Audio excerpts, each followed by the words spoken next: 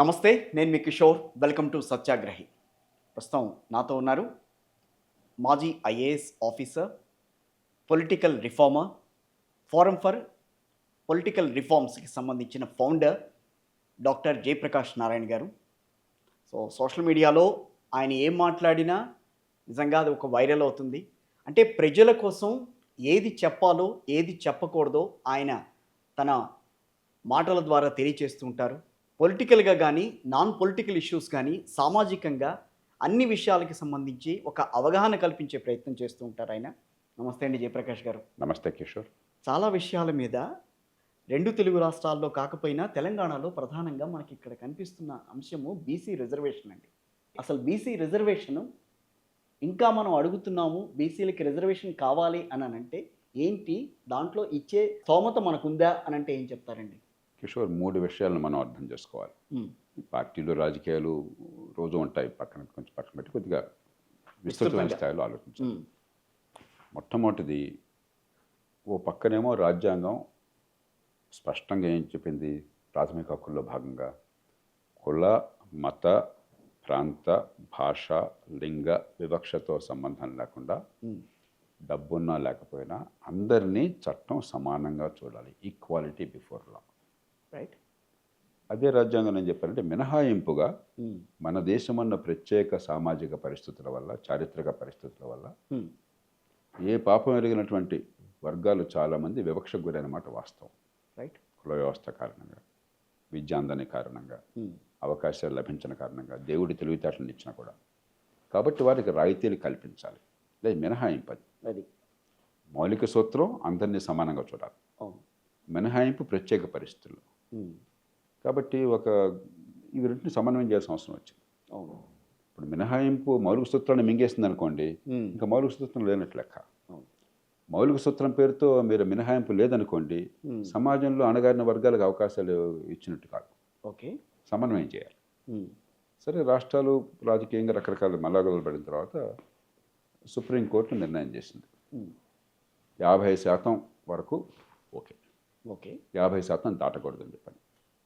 బహుశా ఉన్న పరిస్థితుల్లో అది సరైన సమన్వయం. దేశంలో అన్ని వర్గాలు దానికి ఆమోదిస్తున్నారు. ఓకే. కాబట్టి దాన్ని మార్చడం అనేది ఇప్పుడు ఎవరి చేతుల్లో లేదు. ఎందుకంటే సుప్రీంకోర్టు ఇలాంటి అంశాల మీద చేసినటువంటి నిర్ణయం రాజ్యాంగంలో భాగం అవుతుంది. రాజ్యాంగంలో తొలితల రాయకపోయినా కూడా. అంచేత రాజకీయ పార్టీలు ఏదో రాజకీయ లబ్ధి కోసం అని చెప్పి అది చేస్తాం ఇచ్చేస్తాం అని అనొచ్చు. కానీ రాజ్యాంగాన్ని దాటే హక్కు ఏ పార్లమెంటుకి, ఏ చట్టసభకి, ఏ ప్రభుత్వానికి లేదు. ఇది మొట్టమొదటి విషయం. ఓకే. రెండోది, స్థానిక ప్రభుత్వాల్లో మనం ఈ రిజర్వేషన్ గురించి మాట్లాడుతున్నాం. అవును. స్థానిక ప్రభుత్వాల్లో ఇప్పుడు 75% రిజర్వేషన్లు ఉన్నాయి. 75%? దళితులు, ఆదివాసీలు, బీసీలు కలిపి 50% ఉన్నాయి. ఆ 50%లో మళ్ళీ మహిళలకి అన్నీ ఉంటాయి. మిగతా 50%లో మళ్ళీ మహిళలకు ఉంది. అవును, 50%. రెండు కలిపి ఏమవుతుంది, 75% అయింది. అవును. మరి నిజంగా అణగారిన వర్గాలకి, మహిళలకి, బలహీన వర్గాలకి మనం అధికారాన్ని కట్టబెట్టాలంటే ఈ 75% ఉంది కదా. అవును. ఏ మేరకు అధికారాలను ఇచ్చారు మీరు? మన లక్ష్యం సాధికారత కదా. అవును. స్థానిక ప్రభుత్వాల్లో రిజర్వేషన్ ఇవ్వాలి, పెంచాలి. ఎందుకంటున్నాము, అధికారం వారి చేతుల్లో ఉండాలి, తెగబడ్డ వర్గాలకు. అవును. మరి ఇప్పుడు 75% ఉంది కదా, ఇంకా పెంచుదాం వల్ల తర్వాత చూద్దాం. ఉన్నది కదా, ఉన్నప్పుడు వారికి నిజంగా అధికారం ఇవ్వాలి కదా. ఉత్సవ విగ్రహాలుగా మార్చారు. అది ఈ మాట నేను ఖచ్చితంగా నిర్మోహమాటంగా చెప్తున్నాను, నిర్ద్వంద్వంగా చెప్తున్నాను. ఈ పార్టీ ఆ పార్టీ తేడా లేకుండా జీవోత్సవాల్లాగా చేశారు. ఎవరినైనా ఎన్నికల్లో పోటీ చేసి ఒక కార్పొరేటర్గా నెగితే హైదరాబాద్ 2-3 కోట్లు, కొంతమంది 5 కోట్లు ఖర్చు పెట్టిన వాళ్ళు ఉన్నారు. మేయర్లు వచ్చారు, మున్సిపల్ చైర్పర్సన్స్ వచ్చారు, మండల అధ్యక్షులు వచ్చారు, జిల్లా పరిషత్ అధ్యక్షులు వచ్చారు, గ్రామ సర్పంచులు వచ్చారు, ఎంపీటీసీలు వచ్చారు, జడ్పీటీసీలు వచ్చారు. వాళ్ళని అడగండి, నిజంగా మీకు అధికారం ఉంది, ఇదిగో మమ్మల్ని బాధ్యత పెట్టారు, ప్రజలు ఎన్నుకున్నారు, మా మండలంలో లేకపోతే మా మున్సిపాలిటీలో పరిస్థితులను మార్చి, ప్రజల ఆశలు నెరవేర్చి, డబ్బులు సద్వినియోగం చేసి, ప్రజలకు సరైన సేవలు అందించి బాగా చేసే అవకాశం మాకుంది అని ఎవరిని చెప్పనండి. మరి ఇదంతా ఎందుకట? ఓకే, సాధికారత కోసం కదా మనం చెప్పింది. అవును. సాధికార కోసం అయినట్టయితే అధికారం లేకుండా ఈ గొడవ ఏంటి అసలు? అది నిజంగా నమ్మకం అంటే ఇప్పటిదాకా ఈ 75% రిజర్వేషన్లు మరి అద్భుతమైన స్థాయిలో ఉన్నాయి కదా. ఇంకా ఎక్కువ తర్వాత ఆలోచిద్దాం, వద్దని అంటలే. బట్ ఉన్న మేరకు ఎందుకు ఉపయోగించాలి మీరు? ఎందుకు అధికారం ఇవ్వట్లేదు? ఎందుకు స్థానిక ప్రభుత్వాలు నిర్వీర్యం చేశారు? ప్రపంచంలో ఎక్కడ ఇంత లేదా? ఇంత అధికార కేంద్రీకరణ రాష్ట్ర స్థాయిలో ప్రపంచంలో ఎక్కడా లేదా? అంటే ఏమిటిది? రాజకీయంగా ఓట్లు పొందడం కోసం తప్ప అధికారం ఇవ్వడం కోసం కాదు. మహిళలకు స్థానిక అధికారం ప్రభుత్వం- అనేది కుదరదని అంటారా? అంటే ఇప్పటి వరకు ఇవ్వట్లా. ఇవ్వట్లేదు. ఇప్పుడు అయినా కూడా కొద్ది చోట్ల మహిళలు అద్భుతంగా రాణించారు. ఎస్. కానీ ఏమిటంటే ఈ చట్టంలో రాజ్యాంగంలో ఉన్న తప్పిదాల వల్ల ఒకవేళ బాగా పనిచేసినా కూడా వచ్చేసే అవకాశం లేకుండా పోతుంది. దాంతో ఏమవుతుంది? నాయకత్వం అన్నది ఒక్కరోజు హడావిడిగా రాదు. అవును, ఏనుగు వచ్చి మీ మెడలో దండేస్తే నాయకత్వం రాదు. కరెక్ట్. ప్రజల మనసును చూరగొనాలి. అవును. అవకాశం వచ్చినప్పుడు బాగా పనిచేశారని పేరు పొందగలగాలి. ప్రజల్లో ఆ నమ్మకాన్ని పొందగలగాలి. అప్పుడు నాయకులు ఎదుగుతారు. ఒకసారి బాగా చేసినా కూడా తర్వాత మళ్ళీ అవకాశం లేకపోయేసరికి చాలా సందర్భాల్లో మహిళలు రాణించలేకపోతారు. అలాగే ఇతర వర్గాలు కూడా చాలా తప్పిదాలు ఉన్నాయి. అవి పక్కన పెట్టద్దాం. ఇది రాజ్యాంగంలో మౌలికమైన తప్పిదాలు ఉన్నాయి. దానికి మీరు చేతనైతే పార్టీలను కూర్చొని మార్చవచ్చు, మార్చకపోవచ్చు, తర్వాత ఆలోచించవచ్చు. కానీ బాధ్యత పదవంటూ ఇచ్చినప్పుడు, రిజర్వేషన్ ఇచ్చినప్పుడు ఆ పదవులకు అధికారాన్ని ఎందుకు కట్టబట్టలేదు? రైట్. 1950ల దశకంలో చివరిలో మనకి స్థానిక ప్రభుత్వాలు బట్ ఉమ్మడి ఆంధ్రప్రదేశ్లో 59లో వచ్చినాయి. 58లో రాజస్థాన్తో ప్రారంభం, 59 రెండో రాష్ట్రం మంది. నేను 60ల దశకంలో స్థానిక ప్రభుత్వాలు బలంగా ఉన్నటువంటి నేపథ్యంలో పెరిగిన ఒక కుర్రాన్ని ఒక గ్రామంలో. ఓకే. ఆ స్థానిక ప్రభుత్వాలు ఎంత అద్భుతంగా చేసినాయో నాకు తెలుసు. ఏమీ మౌలిక సదుపాయాలు లేనటువంటి కాలంలో స్కూల్ ఏర్పాటు ఎట్లా చేశారు, స్కూళ్ళలో ప్రమాణాలను ఎట్లా వాళ్ళు అభివృద్ధి చేశారు, ఏ రకంగా ఆ స్కూల్లో చదువుకున్నటువంటి సామాన్య కుటుంబీకులు నాలాంటి వాళ్ళు, గ్రామీణ నేపథ్యం నుంచి వచ్చిన వాళ్ళు ప్రపంచంలో అన్ని సందర్భాలు రాణించే అవకాశాన్ని ఎట్లా ఇచ్చారు, ఇవన్నీ నాకు తెలుసు. మరి ఈవేళ ఆనాడు ఆ అధికారం నిజంగా స్థానిక ప్రభుత్వాల చేతికి ఇచ్చినప్పుడు, వాళ్ళు గొప్ప పాత్ర నిర్వహించగలిగినప్పుడు ఇవాళ ఎందుకు ఇవ్వట్లేదు? అది ఇవ్వకుండా రిజర్వేషన్ గురించి మాట్లాడడం గడుస్తానమా లేకపోతే నిజాయితీయా? దీనిలో పెద్ద ఇంకేముంది? కొందరు పదవులు అలంకారం కోసం పదవులు ఇవ్వటమా, లేకపోతే నిజంగా బాధ్యతను చేతుల్లో పెట్టి ఈ బలహీన వర్గాలు, ఈ బేదలు వాళ్ళ జీవితాలను మార్చడం కోసం అని చెప్పి ఆ అవకాశాన్ని వరకు ఇవ్వటమా? మూడోది, మన రాజకీయ పార్టీలని ఎప్పుడు తిట్టడానికి వాళ్ళు అర్హులు. ఎందుకంటే వాళ్ళు చేస్తున్న తప్పుదాలు ప్రజాస్వామ్యంలో, రాజకీయంలో ఉన్న తప్పుల్ని ఎదిరించే హక్కు మనకున్నది. లేకపోతే వాళ్ళు నియంత్రణ అయిపోతారు, తప్పులేదు. కానీ ఒక సంక్లిష్టమైన సమాజంలో, ఇన్ని కులాలు, మతాలు, భాషలు, ప్రాంతాలు ఉన్న సమాజంలో మన దేశం ఉన్నటువంటి భిన్నత్వాన్ని, వైవిధ్యాన్ని అర్థం చేసుకుని తొలుత నుంచి 1947 నుంచి 50 నుంచి అన్ని పార్టీలు ఏకగ్రీవంగా ఈ దేశంలో కొన్ని ఏర్పాట్లు చేశారు. రిజర్వేషన్లు వాటిలో ఒకటి. ఇదే కాదు, ఎన్నో రకాలైనటువంటి ప్రోగ్రెసివ్ లెజిస్లేషన్ చెప్పంటాం, చాలా అభివృద్ధి కాముకమైనటువంటి. ఉదాహరణకి 1971లోనే మన దేశంలో మహిళలకి గర్భస్రావ హక్కు వచ్చింది. మహిళల శరీరం మీద మహిళలకు హక్కు ఉన్నది. ఓకే. సమాజం వాళ్ళని కట్టుబాటు చేసే అవకాశం లేదని చెప్పని 1971లో చాలా ఉదార స్వభావం అన్నటువంటి గర్భస్రావ హక్కు చట్టం వచ్చింది 1971లో. ఈ వేళతో కూడా అమెరికా లాంటి దేశంలో తనుకు చేస్తున్నారు.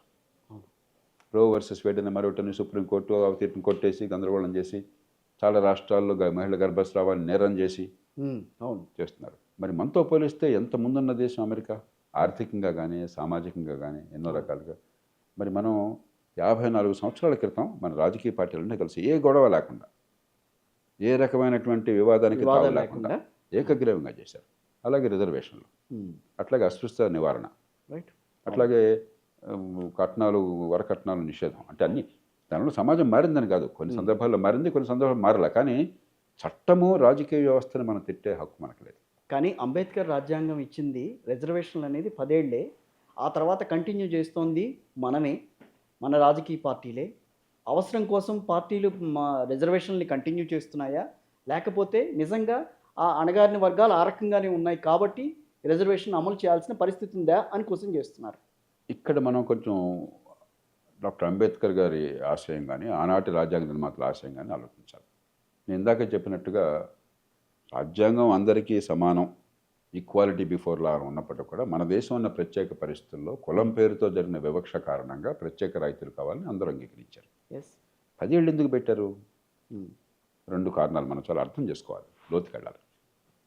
ఒకటి, మొట్టమొదటిసారిగా ప్రపంచ చరిత్రలో తొలి రోజు నుంచి వయోజనోట హక్కు అన్ని కులాలకి, వర్గాలకి, ప్రాంతాలకి, మతాలకి, చదువుతో సంబంధం లేకుండా, డబ్బుతో సంబంధం లేకుండా, గ్రామీణ పట్టణం లేకుండా, ఆడమగ తేడా లేకుండా అందరికీ ఓటు హక్కు ఇచ్చిన తొలి దేశం భారతదేశం. అవును. అప్పటిదాకా ఆ సాహసాన్ని ఎవరు చేయలేదు. కాలక్రమేణా ముందు సంపన్న వర్గాలకి, భూమున్న వర్గాలకి, మగవాళ్ళకి మాత్రమే వచ్చి కాలక్రమేణా విస్తరించారు. ఓకే. ఉదాహరణకు 1217లో బ్రిటన్లో ఒక రకంగా ఈ ఈ రాజ్యాంగం ప్రజాస్వామ్యానికి మొట్టమొదటి పునాది పడింది. మ్యాగ్నా కార్టా అని చెప్పి అంటాం. 1215లో 1215లో 1928 దాకా 813 సంవత్సరాల దాకా అబ్బా. మహిళ ఓటు హక్కు లేదు. 813 సంవత్సరాలు పట్టింది. 19వ శతాబ్దం దాకా మగవాళ్ళకు కూడా వయోజన ఓటు హక్కు లేదు. కొన్ని వర్గాలకు మాత్రమే పరిమితం ఓట్లు. ఓకే. 1892 దాకా పూర్తిగా ఓట్లు రాలా. అమెరికా మరి 1619లో మొట్టమొదటి వర్జీనియా రాష్ట్రంలో స్థానిక ప్రభుత్వాలు ప్రజాస్వామ్యబద్ధంగా ఏర్పడ్డాయి. 1776లో ఫెడరల్ ప్రభుత్వం ఏర్పడ్డారు, సమాఖ్య ప్రభుత్వం. ఉదాత్తమైనటువంటి ఆశయంతో గొప్ప భాషతో వాళ్ళు పీఠిక రాసుకున్నారు. డిక్లరేషన్ ఆఫ్ ఇండిపెండెన్స్ వాళ్ళు రాసినప్పుడు ఇప్పటికి కూడా థామస్ జెఫర్సన్కి నిరుపమానమైనటువంటి కీర్తి ఆ డాక్యుమెంట్ వల్ల వచ్చింది. మరి దానిలో all men are created equal అని రాసుకున్నారు. అవునండి. అవును. 1920 దాకా మహిళలకు ఓటు హక్కు లేదు. 1215 నుంచి 1920 వరకు అసలు మహిళలకు అది బ్రిటన్లో, అది Of course. అంటే 1619 నుంచి 1776 నుంచి 1920 దాకా అమెరికాలో ఓటు హక్కు లేదు. ఓకే. మహిళలు ఉద్యమాలు చేస్తే వాళ్ళని కొట్టేవాళ్ళు. రాజ్యాంగం రాస్తున్నప్పుడు అక్కడ రెండవ రాష్ట్రపతి జాన్ ఆడమ్స్, ఆయన భార్య ఎబిగైల్ ఆడమ్స్ చాలా విజ్ఞురాలు, ఆవిడ పండితురాలు. ఆవిడ భర్త కొత్తని రాస్తుంది, మీరు రాజ్యాంగం రాస్తున్న మహిళల సంగతి మర్చిపోకండి, మహిళలు కూడా మనుషులను గుర్తించని చెప్పి ఆవిడ ప్రత్యేకంగా రాసింది. అయినా మహిళలను పట్టించుకోవాలి, మహిళలు మనుషులు కదా అనుకున్నారు. అలాగే నల్లజాతి వారికి కాగితం మీద ఓటు హక్కు 1865లో వచ్చింది. ఓకే. వాస్తవానికి 1960 దశకం దాకా ఓటు హక్కు లేదు, సివిల్ రైట్స్ చట్టం వచ్చేదాకా. అలాంటిది ఇన్ని కులాలు, మతాలు, భాషలు, ప్రాంతాలు ఉండి 1000 ఏళ్ల పాటు ప్రజాస్వామ్య అనుభవం లేదు. గతంలో చోళుల కాలంలో ఉంది మనకి, ఉత్తర మీరు డిస్క్రిప్షన్ గురించి చెప్తారు. అంతకు మునుపు బౌద్ధుల కాలంలో ఉన్నది. బుద్ధుడు కూడా ఒక రిపబ్లిక్ నుంచి వచ్చాడు, చిన్న రిపబ్లిక్ నుంచి వచ్చాడు ఆయన. అలాగే లిచ్చావి కానీ ఇతరులు కానీ కొన్ని రిపబ్లిక్స్ ఉన్నాయి. కానీ 1000 ఏళ్ల పాటు మనకి ఈ స్వప్నపాలన అనుభవం లేదు. అలాంటి దేశంలో అపారమైన పేదరికం, ఇప్పటికే పేదరికం ఉంది. ఆనాడు ఎంత పేదరికం ఊహించుకోవచ్చు. ఇప్పుడే అవిద్య తాండవిస్తుంది. ఆనాడు అసలు విద్య అనేది దాదాపు లేదు, కొద్దిమంది తప్ప. ఆ నేపథ్యంలో కూడా మనం వయోజన ఓటు హక్కు ఇచ్చారు. ఆ ఇచ్చినప్పుడు మరి అన్ని వర్గాలకి ఓటు హక్కు ఇస్తే చాలదు కదా. ప్రజాస్వామ్యం అని చెప్పంటే ప్రజల సమ్మతితో ప్రభుత్వంలో అందరికంటే బలం ఉన్నాడు కాదు, అందరికంటే పెద్ద ఆయుధం ఉన్నాడు కాదు, అందరికంటే పొడిగాటు వాడు కాదు, అందరికంటే తెలివైన వాడు కాదు, అందరి సమ్మతాన్ని పొందినవాడు. మరి అందరి సమ్మతాన్ని పొందడం ఎట్లాగా? కాబట్టి మీరు అణగారిన వర్గాలు నష్టపోయారు, మాకు అర్థమవుతుంది, దాన్ని మార్చుస్తాం తప్పకుండా. కానీ ఈలోగా ఈ రక్తపాతం లేకుండా సమాజాన్ని కలుపుతామని చెప్పిన ఒక కారణం. రెండవది 10 ఏళ్ళు ఎందుకన్నారు? ఈ 10 ఏళ్ల కాలంలో ఏ రాజ్యం ఏ పని చేస్తే మీకు అవకాశాలు వస్తాయో, ఈ సమాజం సృష్టించిన వివక్ష నుంచి బయటపడతారో ఆ పనులు చేస్తాం, నమ్మండి, వెంటనే చేయలేం. కాబట్టి 10 ఏళ్ళు, 10 ఏళ్లలో చేస్తాం, చేశాక మీకు మిగతా వాడితో తలెత్తుకునే అవకాశం వస్తుంది.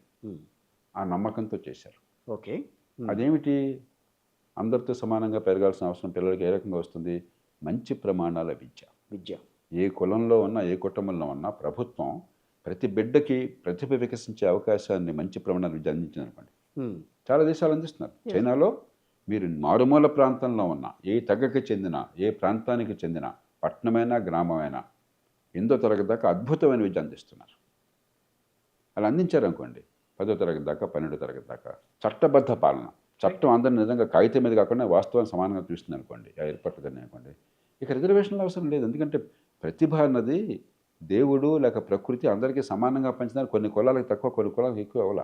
ఉన్న ప్రతిభ రాణించకుండా మీరు అడ్డుకున్నారు. వివక్ష అంటే అర్థం అదే. ఓకే.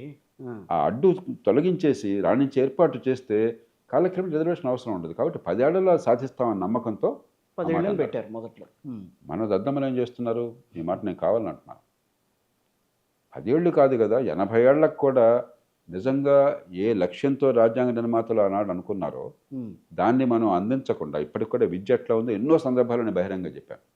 తెలంగాణలోనే ఉదాహరణకి 16-18 ఏళ్ల వయసులో గడియారం చూసి టైం చెప్పలేరు 150 మంది. మళ్ళీ చెప్తున్నా, 150 మంది. ప్రస్తుతం నా వాచ్లో 12 గంటల 44 నిమిషాలు అయింది.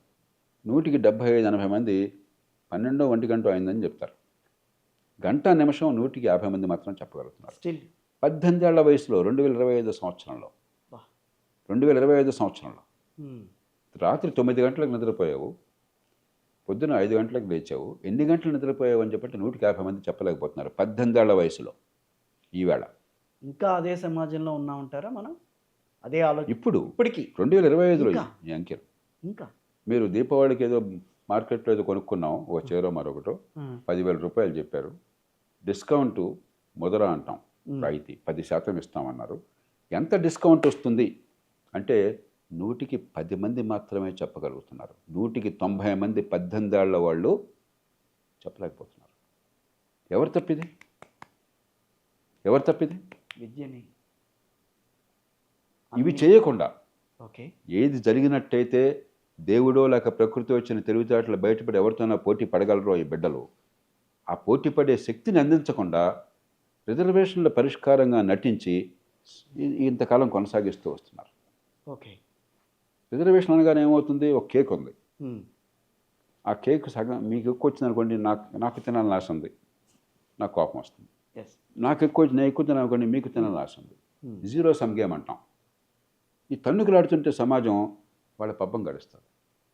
వీడికి కులం పేరు చెప్పి ఇక్కడ ఓటు, ఆ కులం పేరు చెప్పి అక్కడ ఓటు, ఎలక్షన్ టైం రాగానే ఈ కుల మహాసభలు, ఈ కుల మహాసభలకి నాయకుడు వెళ్తారు. ఎంత సిగ్గుచ్చేటండి!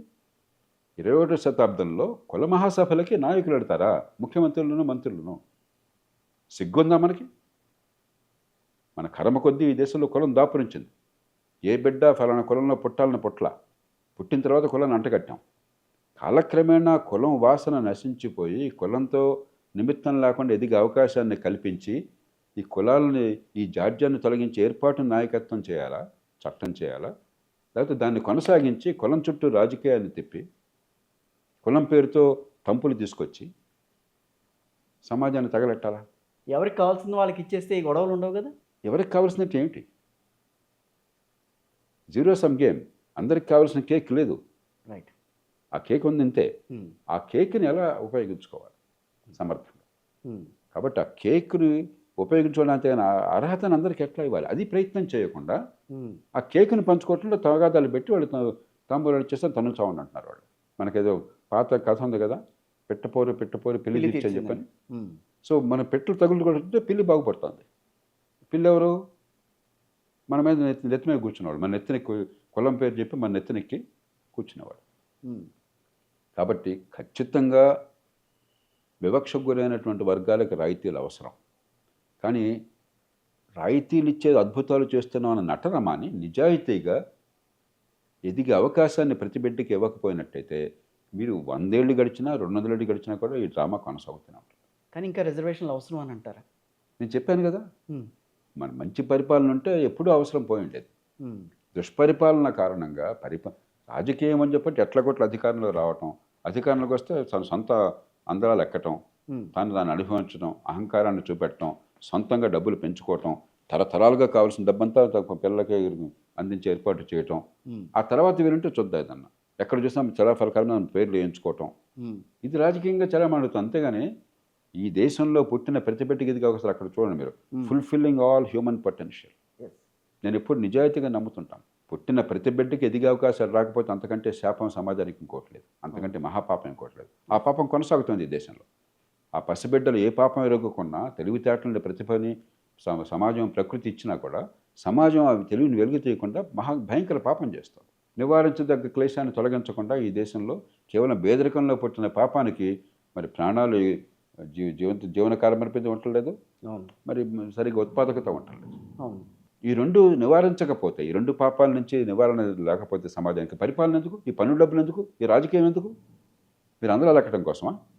రాచరికాన్ని ఈ ఓటు పేరుతో తీసుకురావడం కోసం మేము పెట్టుకున్నది మిమ్మల్ని. ఈ రెండు చేస్తారని చెప్పారు. అవి చేయనప్పుడు ఈ రకరకాలు వస్తాయి. వచ్చిన పరిష్కారాలు రావు. ఈ 75 ఏళ్ళుగా పరిష్కారం ఎట్లా రాలేదో రేపు కూడా పరిష్కారం రాదు. పరిష్కారం వస్తే ఇప్పటికి వచ్చి ఉండేది కదా, ఎందుకు రాలేదు? ప్రతిభ వికసించే ఏర్పాట్లు చేయకుండా పరిష్కారం రాదు వివక్షకి. అది తప్ప అన్నీ చేసే ప్రయత్నం చేస్తున్నాం. ఎన్నాళ్ళు కొనసాగుతుంది ఇట్లాంటివి? ప్రజలకు విజ్ఞత ఉంటే 5 ఏళ్లలో ప్రతిభ వికసించే ఏర్పాట్లు చేయొచ్చు.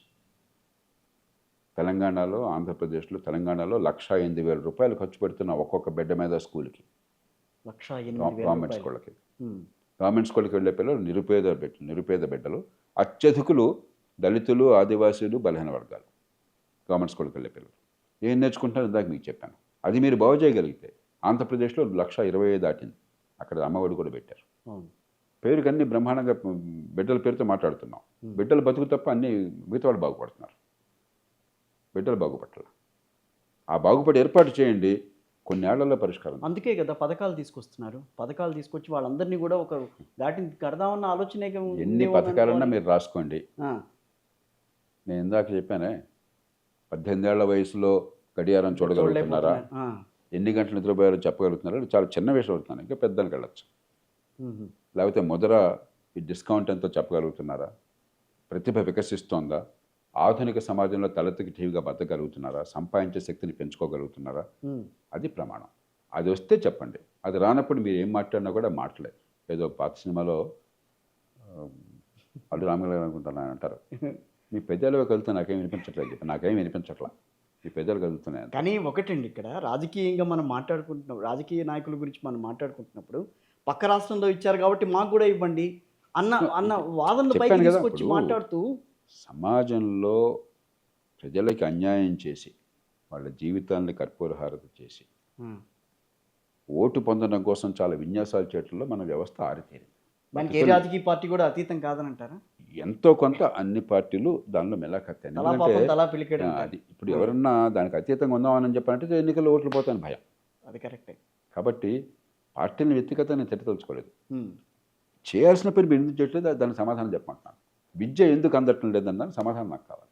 విద్య అందకుండా ఆధునిక యుగంలో అభివృద్ధి ఉందని చెప్పండి నాకు ఎలా సాధ్యము? విద్య అందకుండా ఆదాయం వస్తుంది, మీరు నోట్లు గుద్దేసి పంచి పెట్టకపోతే, లేకపోతే ఎవరి దగ్గర దోచుకోకపోతే, విద్య అందకుండా ఆదాయం ఎట్లా వస్తుందని చెప్పండి. విద్య అందకుండా ఆత్మగౌరవం ఎట్లా వస్తుందని చెప్పండి నాకు. డాక్టర్ అంబేద్కర్ ఎందుకు అంత మనందరికీ గౌరవానికి పాత్రుడైనాడు? ఆయన ఒక అస్పృశ్య కుటుంబంలో, దళిత కుటుంబంలో పుట్టినా కూడా ఆయనకి చుట్టుపక్కల సమాజం కావచ్చు, తల్లిదండ్రులు కావచ్చు, మరి మహారాజా సాయోజీ బరోడా మహారాజా సాయం చేశారని చెప్తారు. ఏ కారణమైనా కానీ అత్యున్నత ప్రమాణాల విద్యకు అవకాశం వచ్చింది. ప్రతిభ స్వయంగా ఉంది కాబట్టి అవకాశం రాగానే ప్రపంచంలో ఎవరికి దక్కకుండా బ్రహ్మాండ ప్రతిభను చూపెట్టాడు. కాబట్టి గౌరవిస్తున్నాం మనం. ఆ విద్య, అంబేద్కర్కి అందిన విద్య మీరు అందించకుండా ఎట్లా బాగు చేస్తారు? ఎక్కడ బాగుపడింది? ఎందుకు బాగుపడటం లేదు? రిజర్వేషన్లు ప్రస్తుతం నడుస్తున్న తీరు ఏమిటంటే, రిజర్వేషన్ పొందిన వాళ్ళకి బోల్డంత అసంతృప్తి. పేరు రిజర్వేషన్లు అంటారు కదా, మా బతుకులు ఏం బాగుపడుతున్నాయి. ఆ ప్రశ్న నిజమైన ప్రశ్న. పొందని వాళ్ళు మాకు రాకుండా అది వాళ్ళకి ఏదో పెట్టేస్తున్నారు, అసూయ. ఇద్దరికీ ఇంత అసంతృప్తి కలగాలంటే చాలా జీనియస్ కావాలి మన రాజకీయంలో ఉన్న వాళ్ళకి. అంతేగా మరి. ఇదే మనం చేయాల్సిన పని. అంటే రిజర్వేషన్లు లేకుండా సమాజం నడవదా? ప్రస్తుతం ఉన్న పరిస్థితుల్లో అది లేకుండా ఉంటే సమాజం అల్లకల్లోలం అవుతుంది.